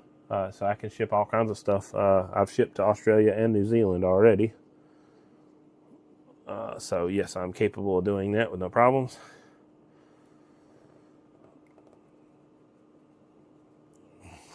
As far as anything further, as far as radio-wise, just send me a message here, and I'll see what I can do for you. I am an RF supply company. I can locate the parts. All right. So what I've got to do is over here, I need to either go on this side or this side and pop some holes. So I'm going to look and see if there's any notes for this. Meters we discussed. Thanks. Cool. That's really not much of a discussion. So let me go right here and let's see what we got over there.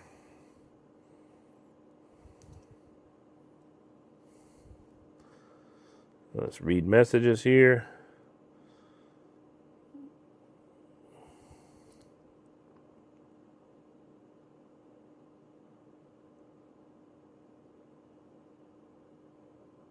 Okay, cool. So here comes the work.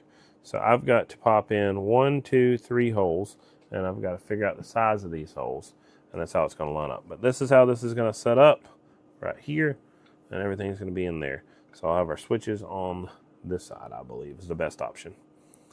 So I need to get a caliper and measure this.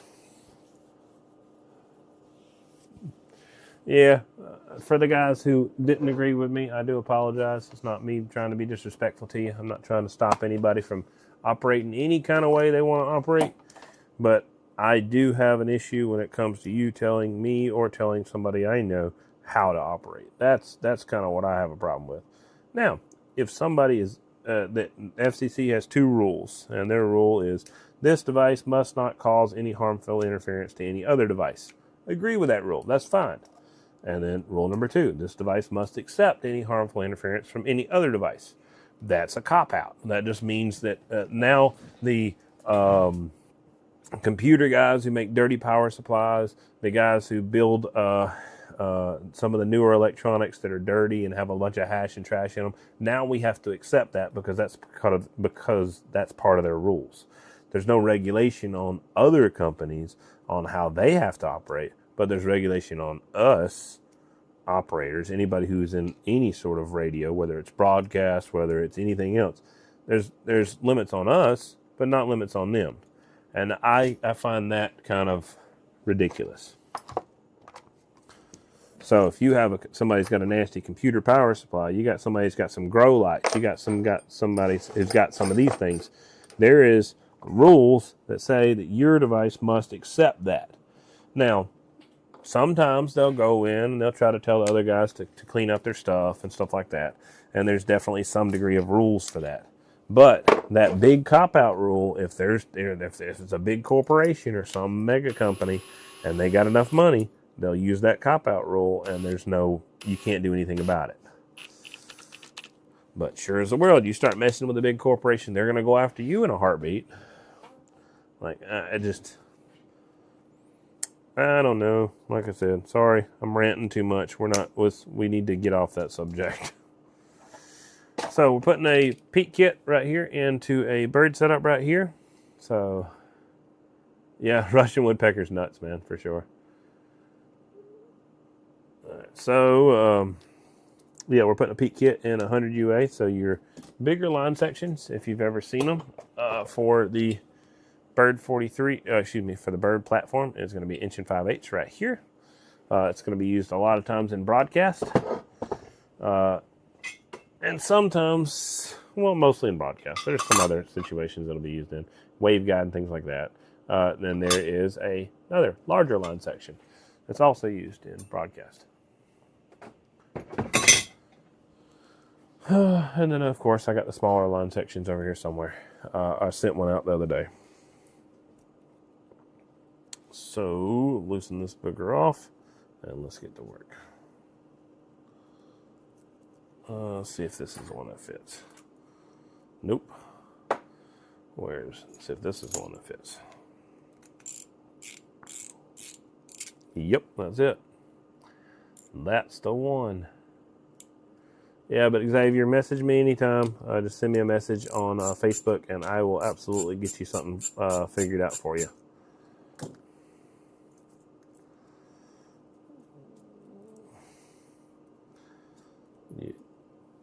If there's an RF component somebody needs, I am in the RF supply company. So if I don't have the component, I can probably supply the component. Or get you in contact with somebody that will.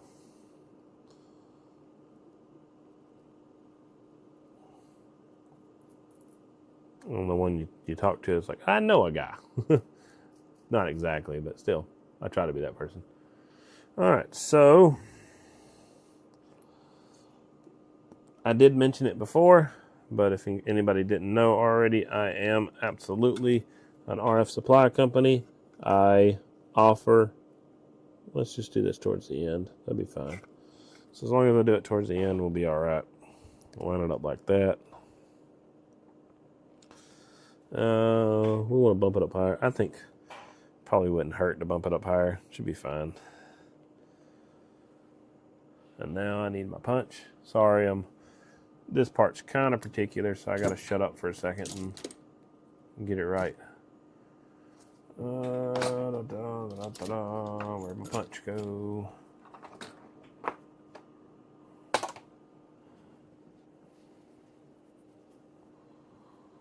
Okay, there's a black punch sitting over here somewhere. The bad thing is I just used it yesterday. Whatever, I'll deal with it in a second. Let me find my part.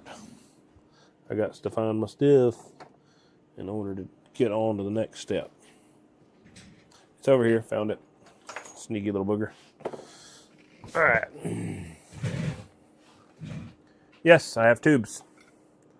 I can't get up and show you all of them, but I have a lot of tubes.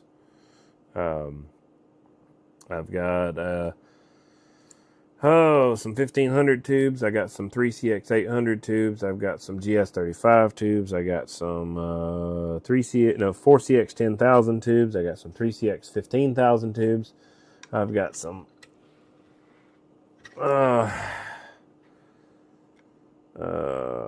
I don't know what else. Some 250B tubes. I got, I think, one 500Z left. I've got access to new 500Zs.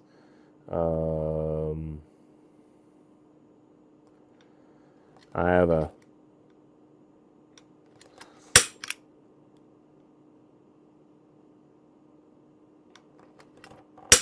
all right, sweep tubes. I have a few, but I have access to a couple of guys who I remember who they are. Oh man, I need to write a list down. I will not remember that one right away. Just being fair, I'll just be quite honest with you. I know several guys. I know one guy named Andy. He's in West Virginia. He had a lot of sweep tubes. Another guy named Laddie. He's got some sweep tubes, but I have to double check his prices and see if he's got any left. And I know at least half a dozen other guys, but I do not remember their names right now. So.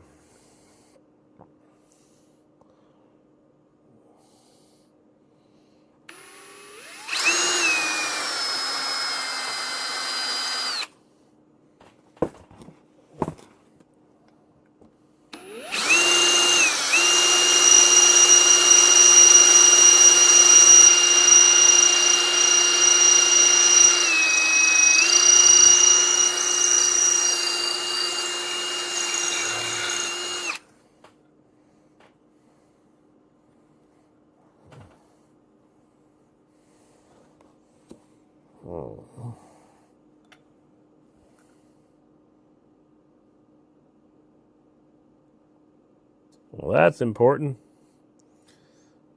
That booger tried to walk on me a little bit.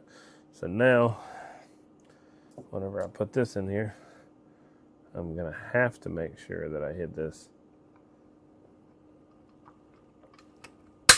closer to that end. And now I got to make sure it should be all right. I think that's the correct way. So let's look and see. Yeah, we should be good. So now,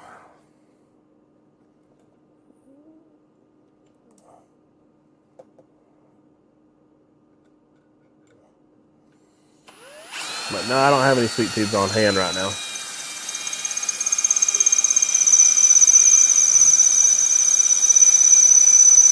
Probably they're storing a Mako 300.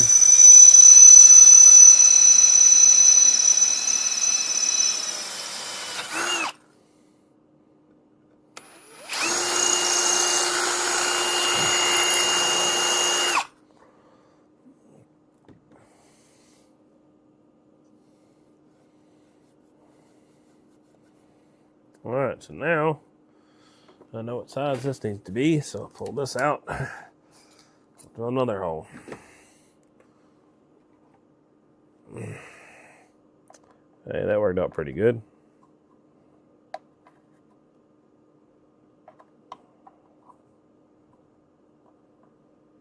Ooh, that's pretty annoying. Let's see if that fits back in there. Yeah, it fits, but not very well. I got a drill gauge set.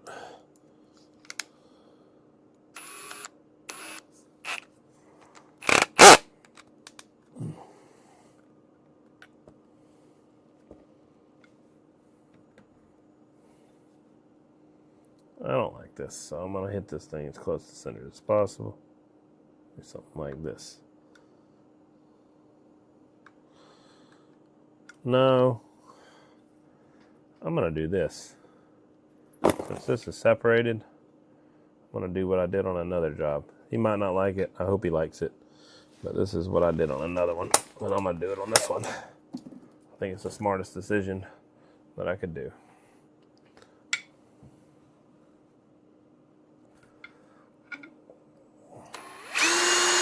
Whoops.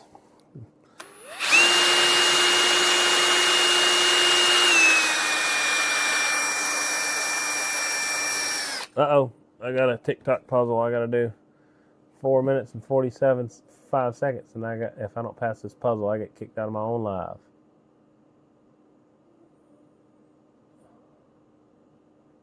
Boom. I passed the puzzle. Whoop, whoop. All right, guys. I appreciate all of you guys on TikTok.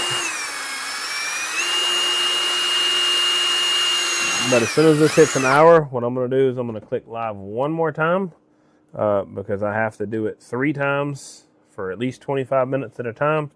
And I'm not doing one live that's not going to give me all my things. I got to get approved to use a different camera so I can have my better camera back on Facebook and YouTube and stuff.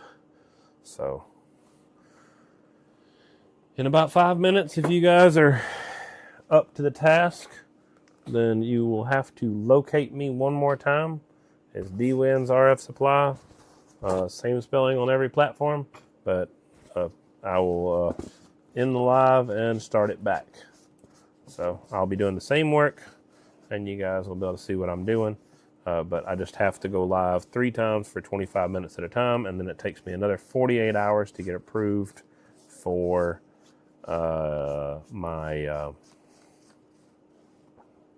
to be able to use my cameras. So that's all it is. I'm just trying to get my cameras unlocked. It's kind of weird that I have locked cameras, but whatever. That is what it is. They tell me what cameras I can use on my TikTok. What is it? TikTok Live Studio, I think is what it's called. So yeah, that's a fun fact for you guys. The stuff I put up with for you guys, because I like you guys. Finally figured out why they were banning me. I mentioned it earlier, but I don't think I told you guys on this live. But I figured out what the heck was happening. It kept kicking me off my own live. Kept not kicking me off the live, but it kept saying my live access was restricted. It kept kicking me off my RTMP streaming. I had to wait another 7 days to get reapproved, and then it had to go through a process and blah, blah, blah, blah, blah. It was a pain in the neck. Because I wasn't gaming. That's what it was. Apparently they changed their rules a while back, and unless you're doing video games, then they don't want you on those other platforms doing the RTMP streaming. They want you doing that on theirs exclusively. And it's their platform, their rules, so it is what it is. I just have to, I just didn't realize it, and that was my fault. Okay, this is not quite large enough. Let me check and see. That works fine. So the only thing I got to do is I got to go in here a little crooked on this thing. So I'm going to start this angle a little bit on this drill bit so that I can get this thing lined up. Mr. Carolina Frog, hope you're doing well. Trucker Jeremiah, thank you. RF73s. Yeah, I know, right? N2 PSA. Waving a hand, man. Hope you're doing well. Yeah, we are working on some bird stuff here.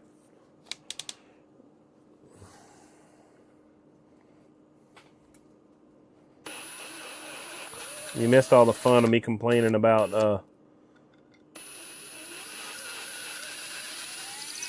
all the different rules that's on us as operators and as broadcast guys and everybody else in the spectrum. I whined for about, I don't know, a good 10 minutes.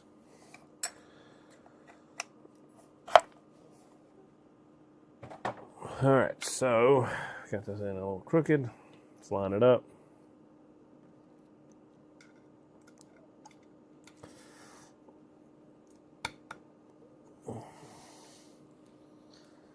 Very close, but I don't think I'm going to try this. This might bite me in the neck, but or bite me in the butt, whatever.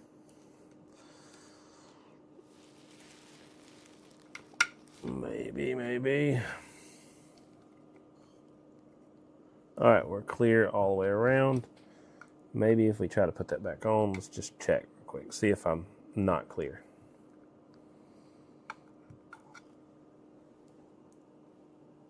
Ideally, I really like to have this backing nut on here because it makes this connection a lot stronger.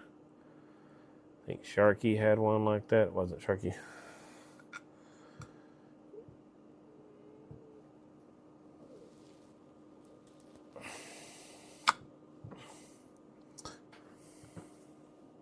Okay, safe enough. So that'll work. So this is definitely tight, what I'm working with. I got very little spacing to work with, but we're making it happen.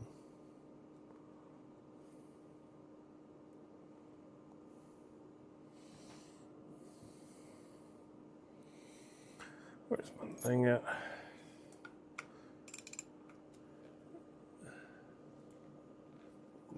Yeah, it's stupid, man. I don't know. I am a big time advocate for you don't bother me, I don't bother you, and that's how life should work.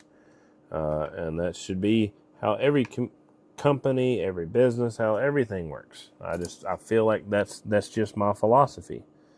And some people just have to be the ones to burn the world that cause the problems for everybody else. And the way I explained it in the past is it's literally the 1% of the people in the world ruin it for everybody else. But I don't believe in setting up big government installations just to stop the 1%. How about you just punish the 1%? You can't just, that's such a dumb thing to do rather than just chase after 1% of the people rather than punish the 99% of the people. And that's pretty much my entire view on government.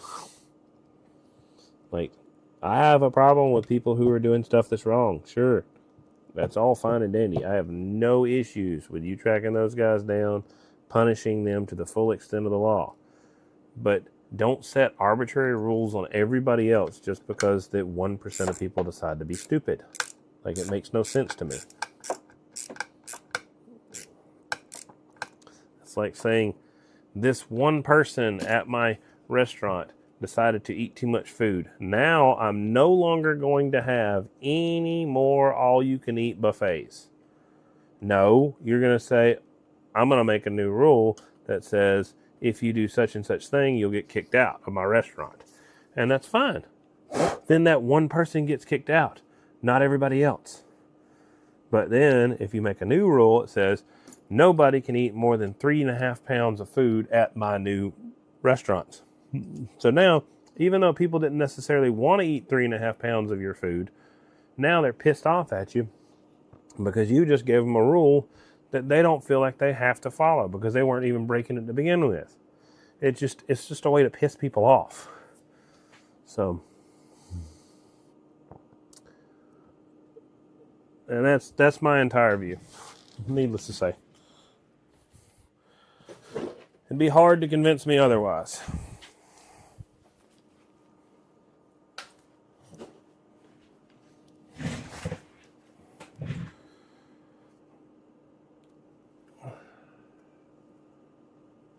This is a SWR meter. That's what this is. This is, well, somewhat of an SWR meter. It is what's called a Bird RF watt meter. It reads forward power, and it also reads reflected power. And the way it sets up right here is a little light lights up right there. It tells you you're reading peak. Then you got 2x, 1x, and 5x right there. And it allows you to read multiples of the scale. So this particular customer right here, it's getting me to make this one accurate for them. I don't have, what do I have? This will work. I got something. I got a solution. I got a dummy load I can run this through. So let's do it this way.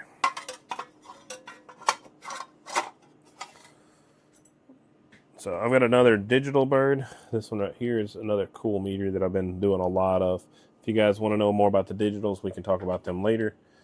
But as of now, we've got to go ahead and modify this real quick and put together a larger element.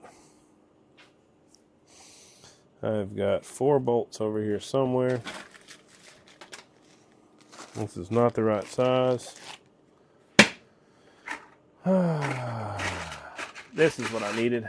1, 2, 3, 4. 1, 2, 3, 4. 4 of those. And then I need 1, 2, 3. And then number 4 right there. 1, 2, 3, 4. All right. I've got an old HP oscilloscope I use for tuning antennas. Tuning antennas? That's interesting.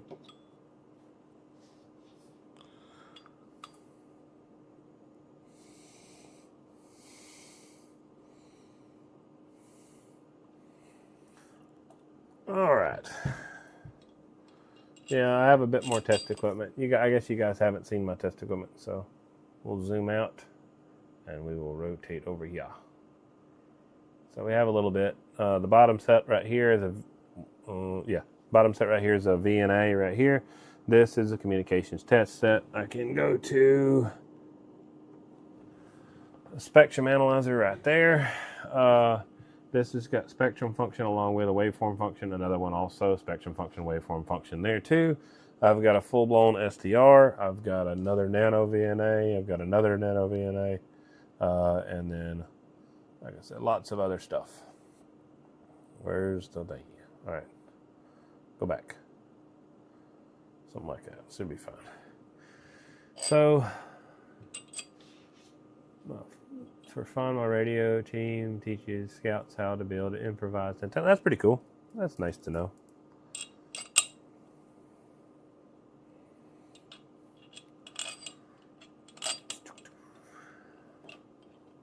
I've got some test equipment to be able to do what I need to do.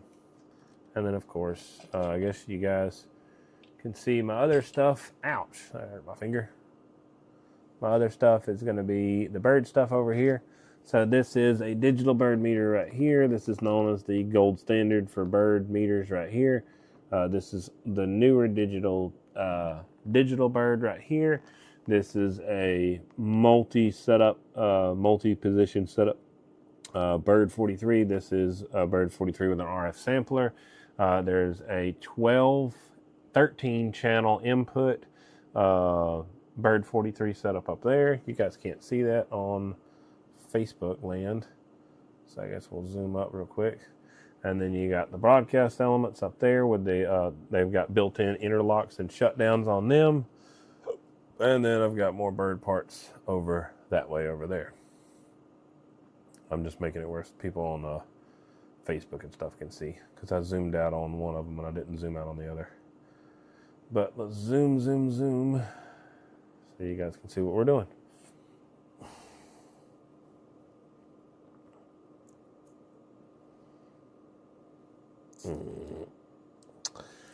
That hurts. Okay. Line this one up. I don't know what happened there. So this is I went backwards on this anyway. These are built-in lock washers on these nuts right here. They've got a nylon insert that locks the nut into place.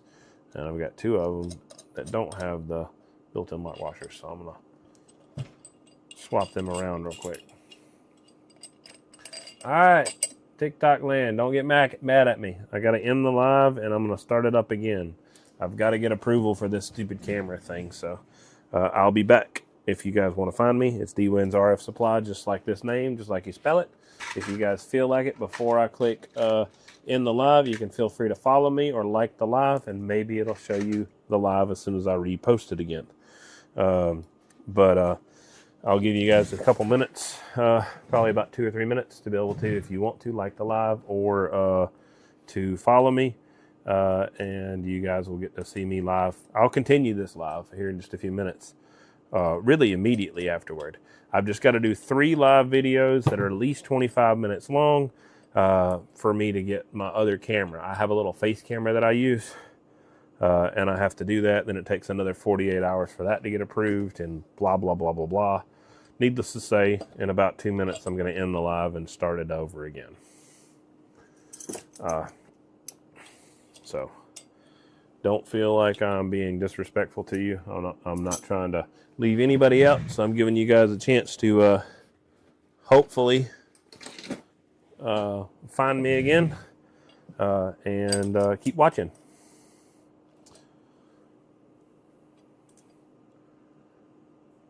Thank you.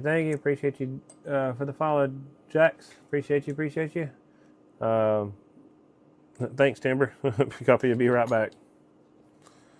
But I will, like I said, I'll be back in just a little bit. So I'm going to kill this live in about 30 seconds. And I will be right back, and it'll just say, you'll just look around, search for D-Win's RF Supply. It's D-WIN''S RF Supply on TikTok, and you should be able to find me. All right, see you guys. I'll be back.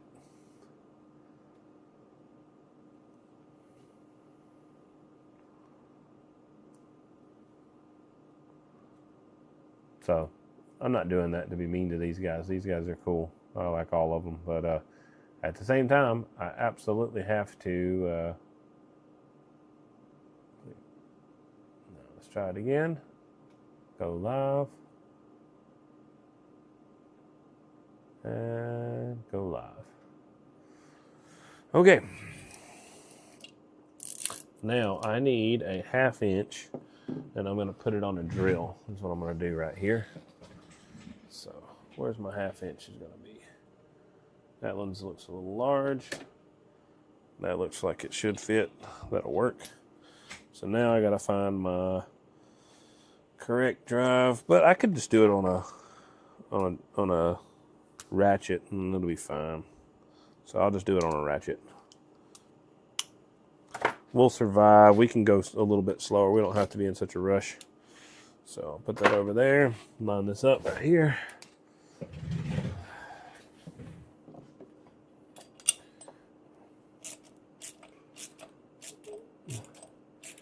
I'm back. What's up, Timber?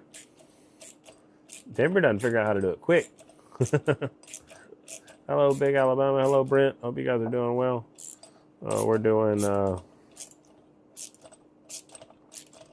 I need... that's annoying. That's extremely annoying.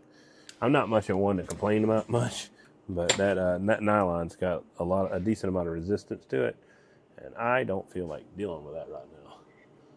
So what we're going to do is grab a little adapter over here, put it on a drill, and we're going to be lazy bums today, because that's how I want to do this.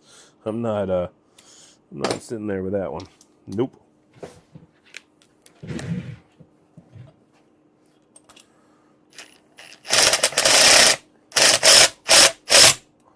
Like literally super fast now.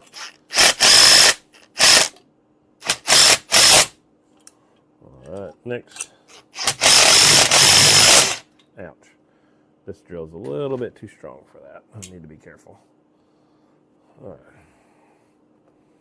Probably should have turned it on to a lower setting, but hey, you live, you learn. It's what it is. Try not to get my hand again. All right. So now we gotta hook up the rest of the bird stuff to this. The bird has its own platform, which is really cool, and that bird platform allows me to run multiple size connectors on the end of their bird equipment, and because of that, I can hook up pretty much any connection I want with just about 4 screws. In this case, it'd be 4 bolts and 4 screws, but still about 4 screws, and it's pretty darn neat. So in this case, I'm converting a 1 5/8" line section that has big 4 bolts connections on it, all the way down to a SO239 or UHF connection.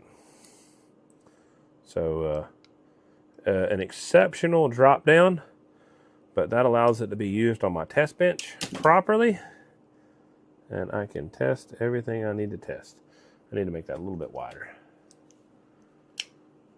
What's up, George? What's up, Lenny? What's up?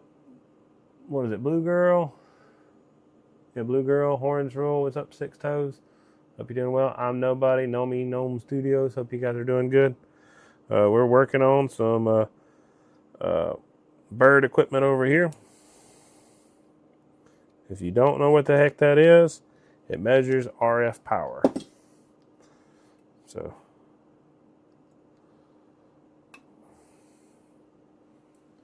screws, we've got screws. So all I gotta do is hey, thanks for sharing the live. Appreciate you. I'm Nobody.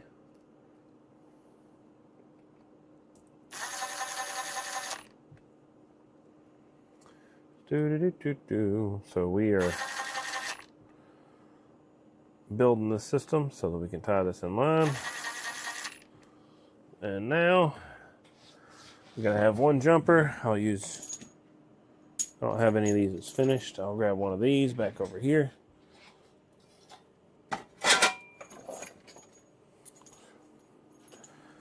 So let's tie this in line with a dummy load. I don't know what I'm doing with that. I need to move that somewhere. Deal with that later.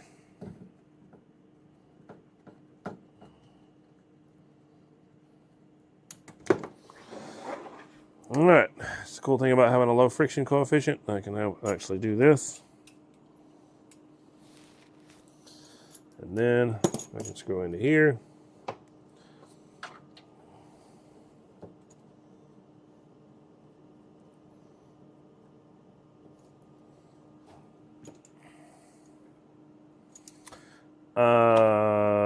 Oh, I need this. I knew I needed something. I built a custom adapter to make this work. Nope. I'm getting out of myself like a dummy. So that needs to go over here. This way. There we go. That's more like it. I was doing that all wrong.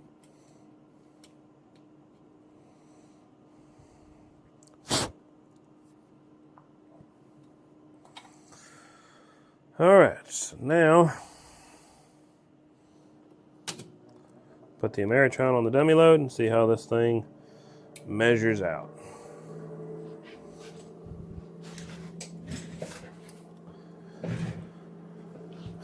So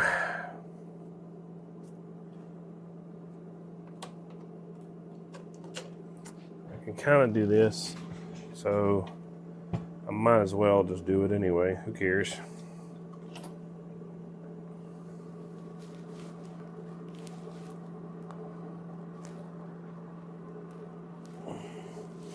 I need to measure this element and see what the offset of this element is, because I only own one of these elements, so it's pretty important for me to know what the offset's going to be.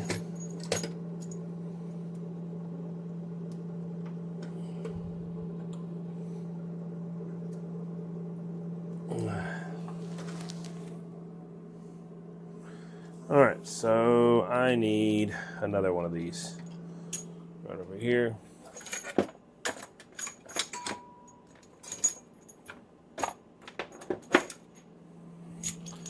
Nope, wrong one.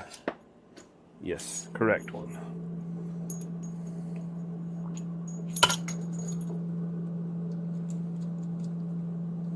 So we're wiring up a custom little bench setup right here. We're going to be using the digital bird right here, and then we're going to be using an analog bird, and then we'll also be using another digital bird in the background. Rating 1 kW, UA be 30 UA. Use that one, and there we go. Now we are in use. So here, the check drive. Doesn't really matter where I operate, it just matters as long as it's got the setup on the dummy load. So now, cool. So now we have a measurement. So we got a number here, we got a number there, we got a number there.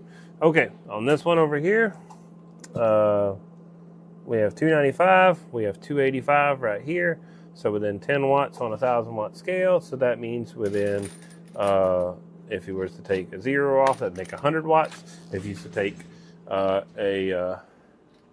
another 0 off, that would make 10. So that makes within 1% of power differential between a full scale element and one of the accurate movements. So what's supposed to be known as the gold standard of bird meters, which is the Bird 4421. It's about $2,000 for that, and about $2,800 for, no, it's like $2,800 for that, or $3,000 for that, and then $2,000 or $1,800 for each coupler. But yeah, so now that is correct. So now, right now we have 285, we have 296, and we are currently on this scale right here. This would be 200, this would be 400 right here. This would be, what is that, 250, 300, 350, 400, nope. So if I was 200, then 400, that'd be 100 in each scale. So it'd be 20, 40, 60, 81, 20, 40, 60, 82. So that's 300, 400. So in between 20, 40, 60, 81. So this would be, so that is 3. So this is 80. This is 84. So it reads 284 on the money pretty much. This one right here reads 294. So both of these are within 1% of what the gold standard is. Let me bump up here real quick so you guys can see. So if you guys look closely, I'll see if I can bump this camera over so you guys can look at this. Where's my, I can move that camera, but then I'll have to move this camera. That'll be fine. I'll deal with that. So if you guys look closely, you might be able to see all three right there. I'll zoom out just a smidge. So this meter we're looking at, this meter we're looking at, this meter we're looking at. And then, okay, the other camera can see it just fine. So what we're looking for this is to be somewhere close to the middle, somewhere close to 295 right there. And then, of course, the back one reads 295, or 295. So 285, this reads right at 285, and this reads 296. So extremely close, within 1% of one another, and that's between elements, between line sections, between hookups, between locations on the meter. Extremely good news. So that's good. So now let's measure the rest of the accuracy. So now we will go up here. I do not have a good way to do this. Where the heck is it? Uh-oh.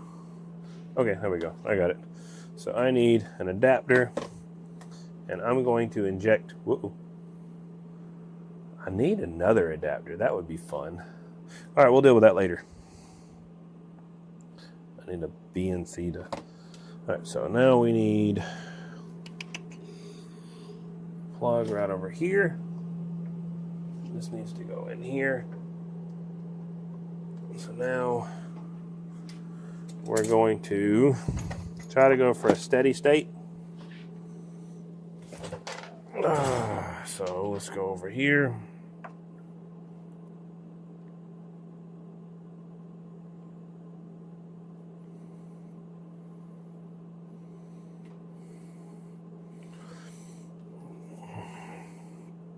Get off of that. Now let's pull this up. And so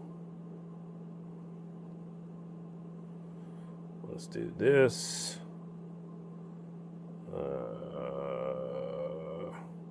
Who cares? This will be fine.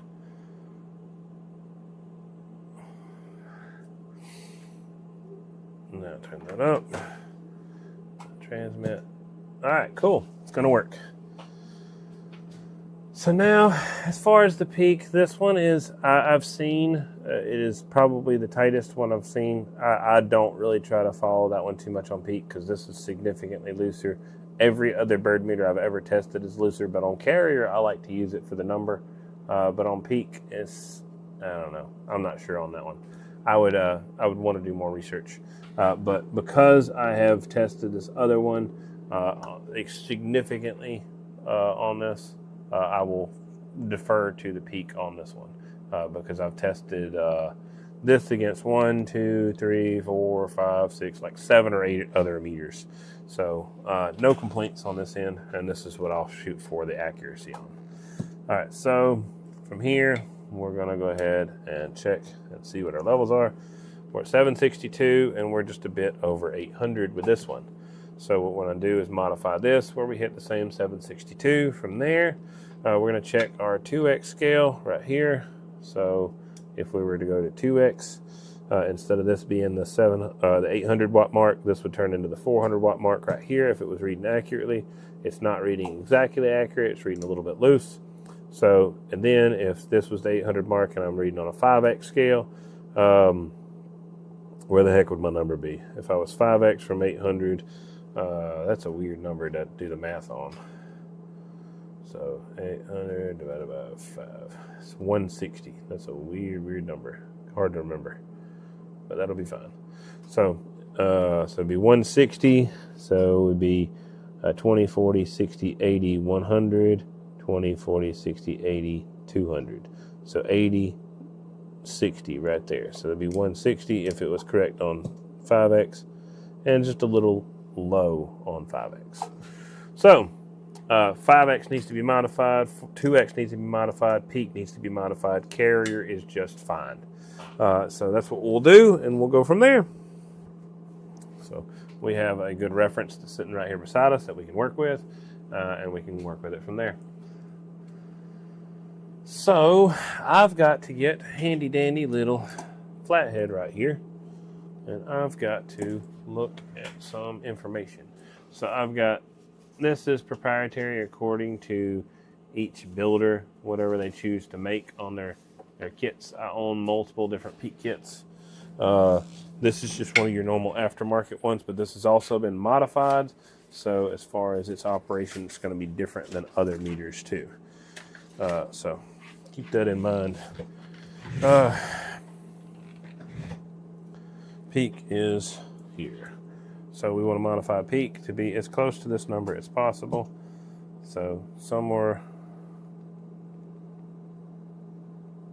let me check something else real quick just to make sure.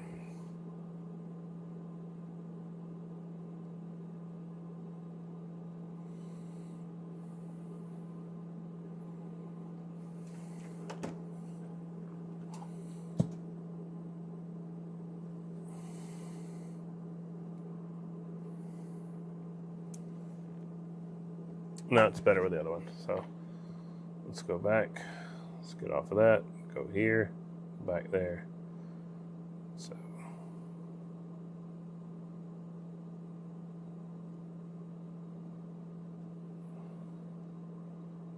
plus 6. Let's see if this works.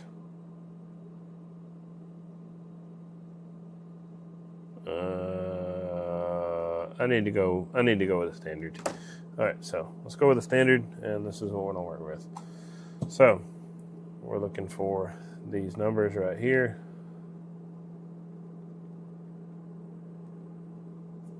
Around 750 there.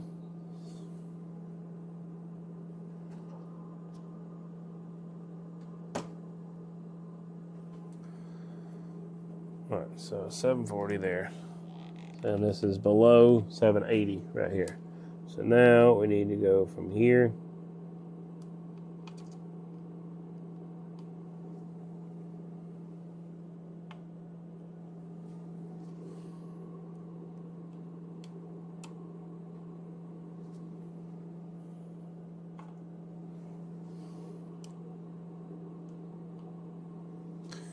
and if you guys have never messed with these, they're extremely annoying to deal with. What is that? 10, 20, 30, 40, 50, and 60. So now let's check it one more time.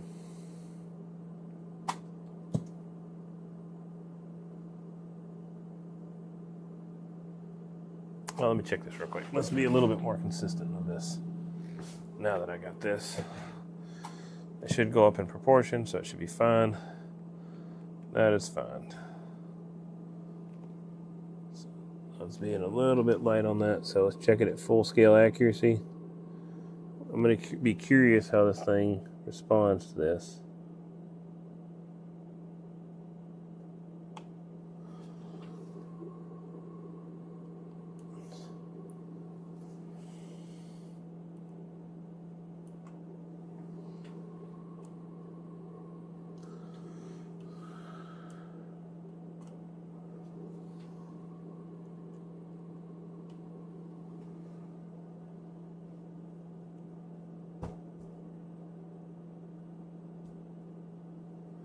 Just need to make sure it's going to go past this.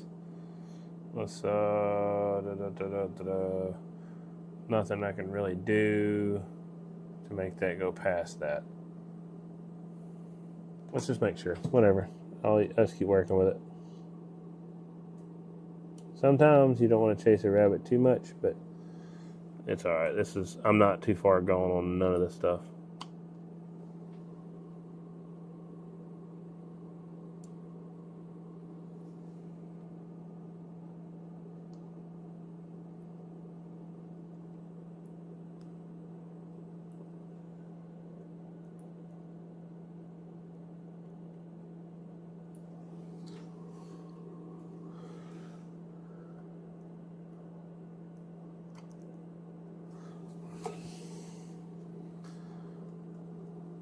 Let's just back that off just a little bit so I can confirm this.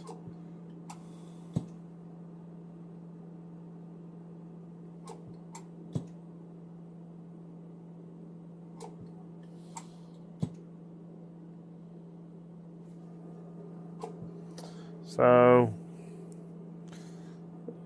let's see what news I got for this customer.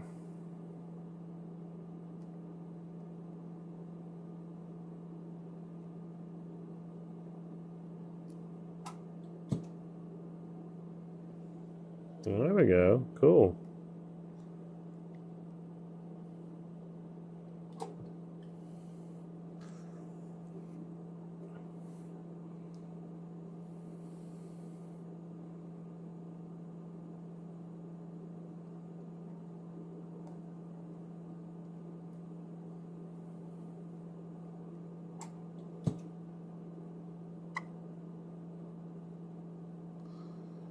So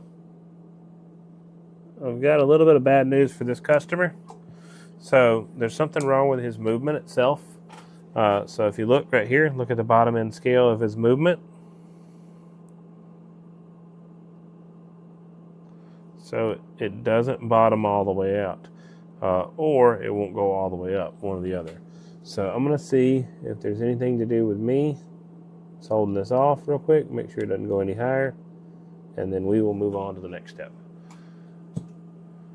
All right, so this is what we got to work on. Oh, it's less, it's going to be more.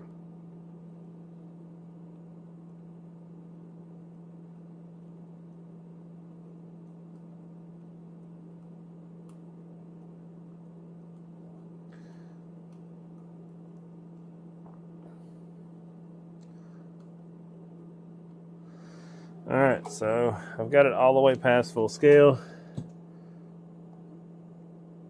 I'll bump it back just a smidge and see if we can get away with this.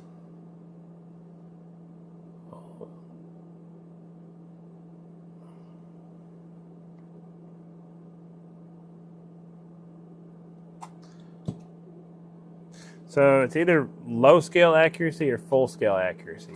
And with bird, you're always going to want to go for full scale accuracy. The low scale on the bird is plus or minus 5% on your average and plus or minus 8% on your peak. And that's from full scale accuracy. So it's better for me to set for full scale than it is for bottom scale.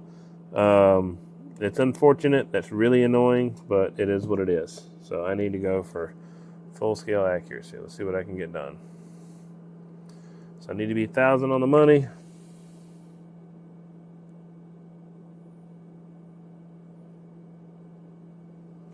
And I need to back off and see at what level this falls off.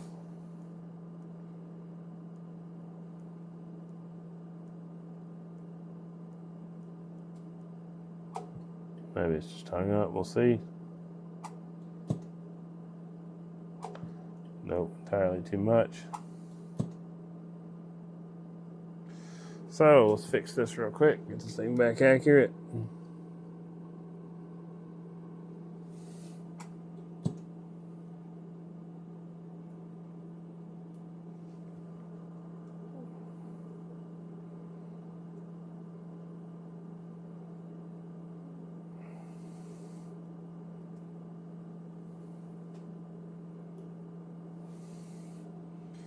So we're going for 500 watt accuracy now. Basically 500 on the money, pretty much. Dang it, a little bit more to go. So because of the scale accuracy, I was chasing a rabbit, and I'm happy that I did, but I have to make sure this is right. So 1, 2, 3, 4, 5. I know which one it is. It's going to be right here in the middle. 1, 2, 3, 4, 5.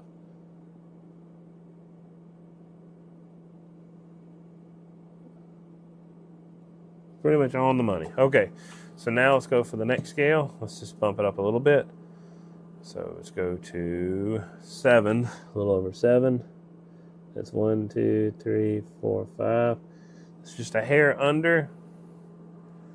That is 8. It's a little over 8. That's just a hair under. 875. That's about on the money. And cut it all the way up.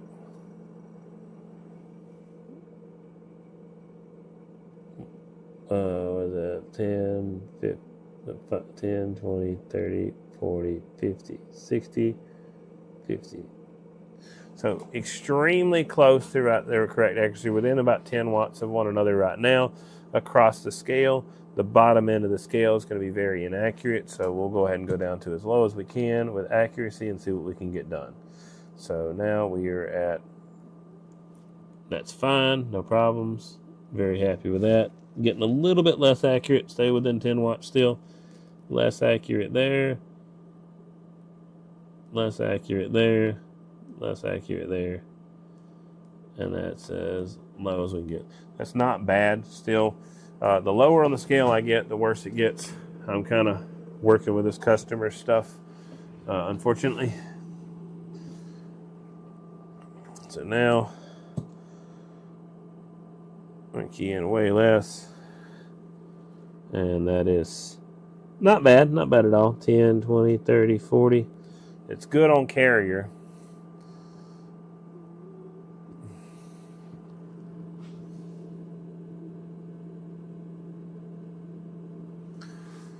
So it likes carrier, that's good. So now we will do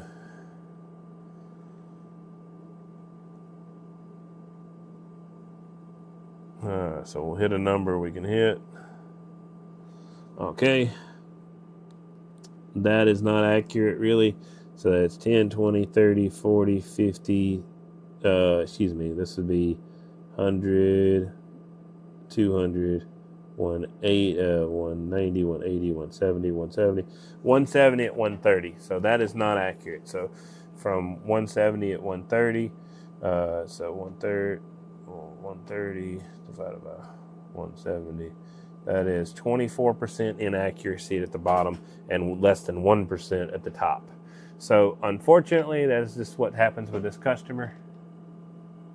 Yeah, just call me anytime. If you sent me a message, thanks for the follow. Appreciate you.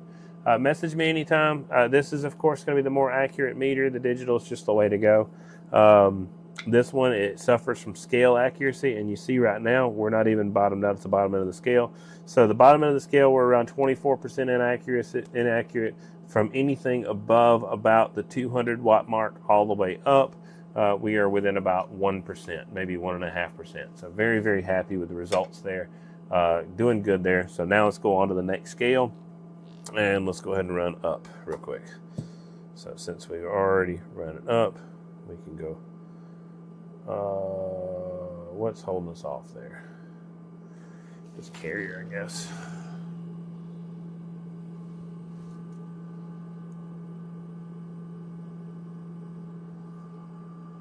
Oh, that's why. No wonder.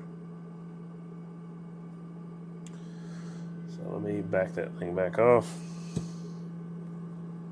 Yeah, I'm perfectly happy with that. So now I can play with the full accuracy and go from there. So now the problem is the low end of this meter is inaccurate, and I do not have elements to read different. So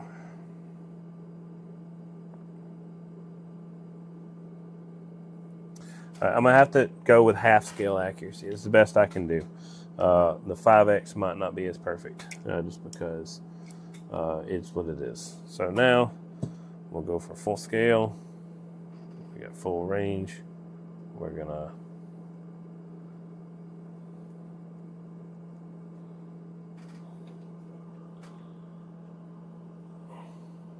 oh, no wonder. I was like, what the heck is going on? I figured it out. I was on the wrong one. So here we go.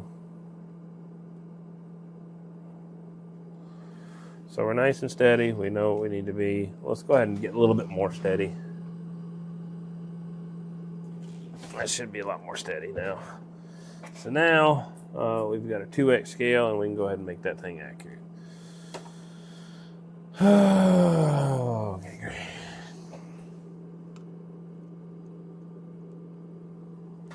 So we know what we need to be. We need just to be a smidge under 5.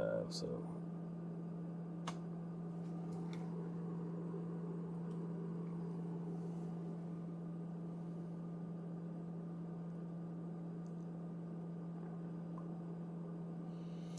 one, 2, 3, 4, 5.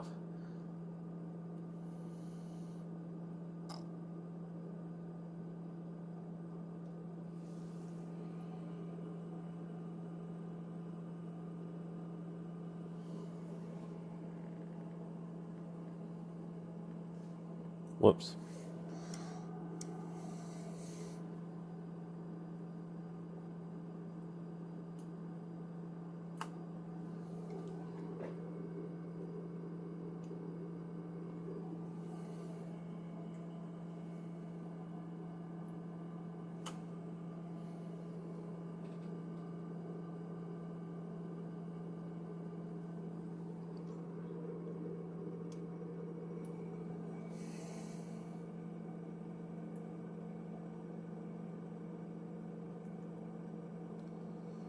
So 5 will be 2, 10, yeah, it'll be 2.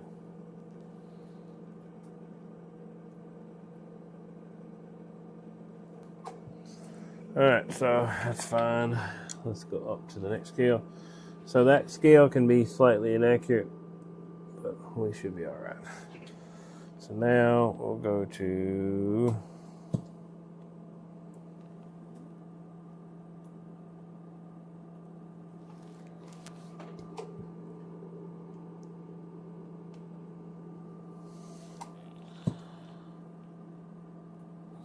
one, 2, 3, 4, 5. A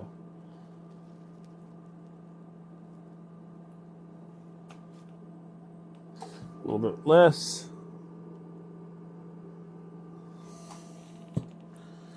1, 2, 3, 5.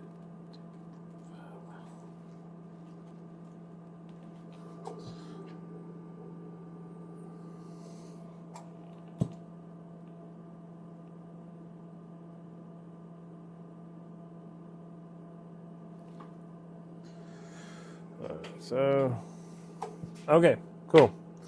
So now we have got our adjustments right. So now we need to get something else right. So I need to see, we'll modify that. So right now we're messing with something called hang time, and that's what we will change real quick. We want to make this a little bit more aggressive the way it sets up. Let's go full scale.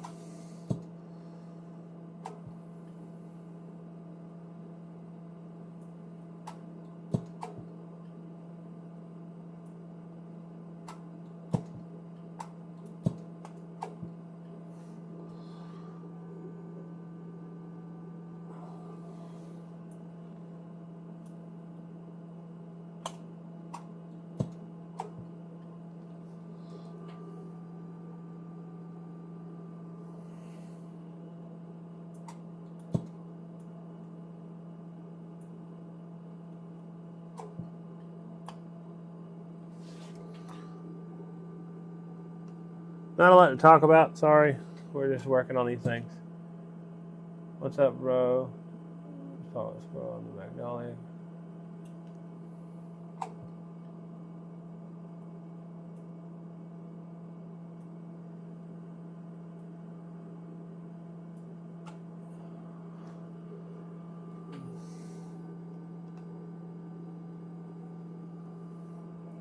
Yeah, the digital birds are awesome. I'm not sure if that's what you were asking about specifically, but yeah, they're pretty dang sweet. So we're modifying hang time now for the M-log.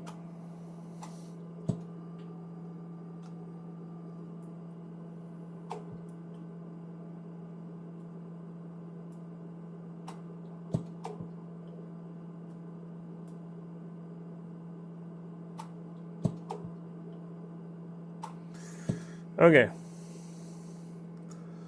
That'll be fine. No problems with that. We're doing all good. Yeah. All right. We're good to go. This is as close as I can make it for accuracy. I'll have a video. I'll send them a video on this. Have you ever added a light to an analog meter? They make light kits, Dan, just so you know. I don't know how much they cost. I don't know if they're still available, but I have absolutely seen them be done to the analogs. Me personally, I just like the digital, and that digital's been sticking with me a lot lately. But yeah, we can definitely do. I can actually look into some options for you as far as light kits and stuff. All right, so this one is finished for this customer, so this customer can be done. I'd like to call you in the near future to discuss. I believe that would work well. Yeah, cool. Yeah, it would work for sure. 500 million. I cannot read Fujin. Let me see if I can translate that. See translation. There we go. I have a 500 million. My user Woolly 500 milliwatt maybe. That's probably what he's talking about. Yeah, I have a number you can call. What's up, JB? I don't know which JB that is, but hello. All right, cool. Lots of cool guys. But yeah, just send me a message, and I will give you a number you can call.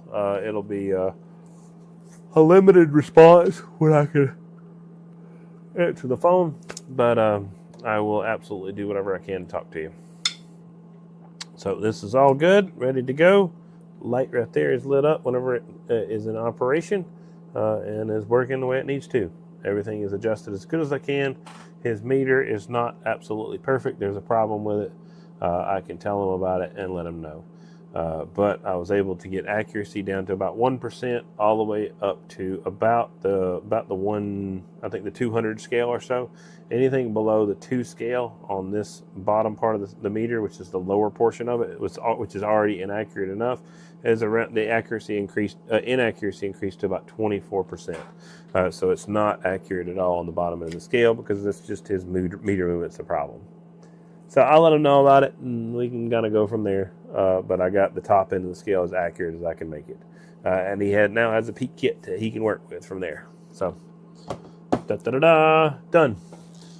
So he had some aftermarket meters he sent me, but I did not even attempt to work on them. They are so off the charts, I cannot get them accurate. There's nothing I can do, because the movement itself is not accurate. So it's unfortunate to tell somebody that you can't work on their stuff, but whenever it's not genuine bird stuff, there's definitely some nuance comes to it. The digital bird is not genuine bird, but it has proved itself over and over again. There's a lot of other stuff that's not genuine bird that has not proved itself. Not to me, at least. So, tidy up this real quick, put a zip tie on that, and then this part of the job will be done. I will have done 3 25-minute videos. I will have done, well, no, more than 25-minute videos, but one was about an hour, the other was about 30 minutes, and the other was about 38 minutes now. So, hey, ain't nothing wrong with that. All right, so if you guys got questions, feel free to ask, because I'm going to call it a night. This one's done, that one's done. I've got to get some stuff shipped out, so I've got to figure out how to pack this stuff, and I've got a limited amount of time before I crash out and can't stay awake any longer. And I'm not talking about the new age kid crash out thing. I'm talking about like fall asleep crash out. All right, so thank you guys for hanging out. You guys got to watch my bird meter set up. You guys got to watch me finish a piece of coax and all kinds of other good stuff. All right, copy the email there, Timber. I will do my best to respond to it. It probably won't be tonight, just simply because I've got to get this stuff shipped out. But I will try to do my best to respond to it tomorrow evening, as I have about an hour freed up in between my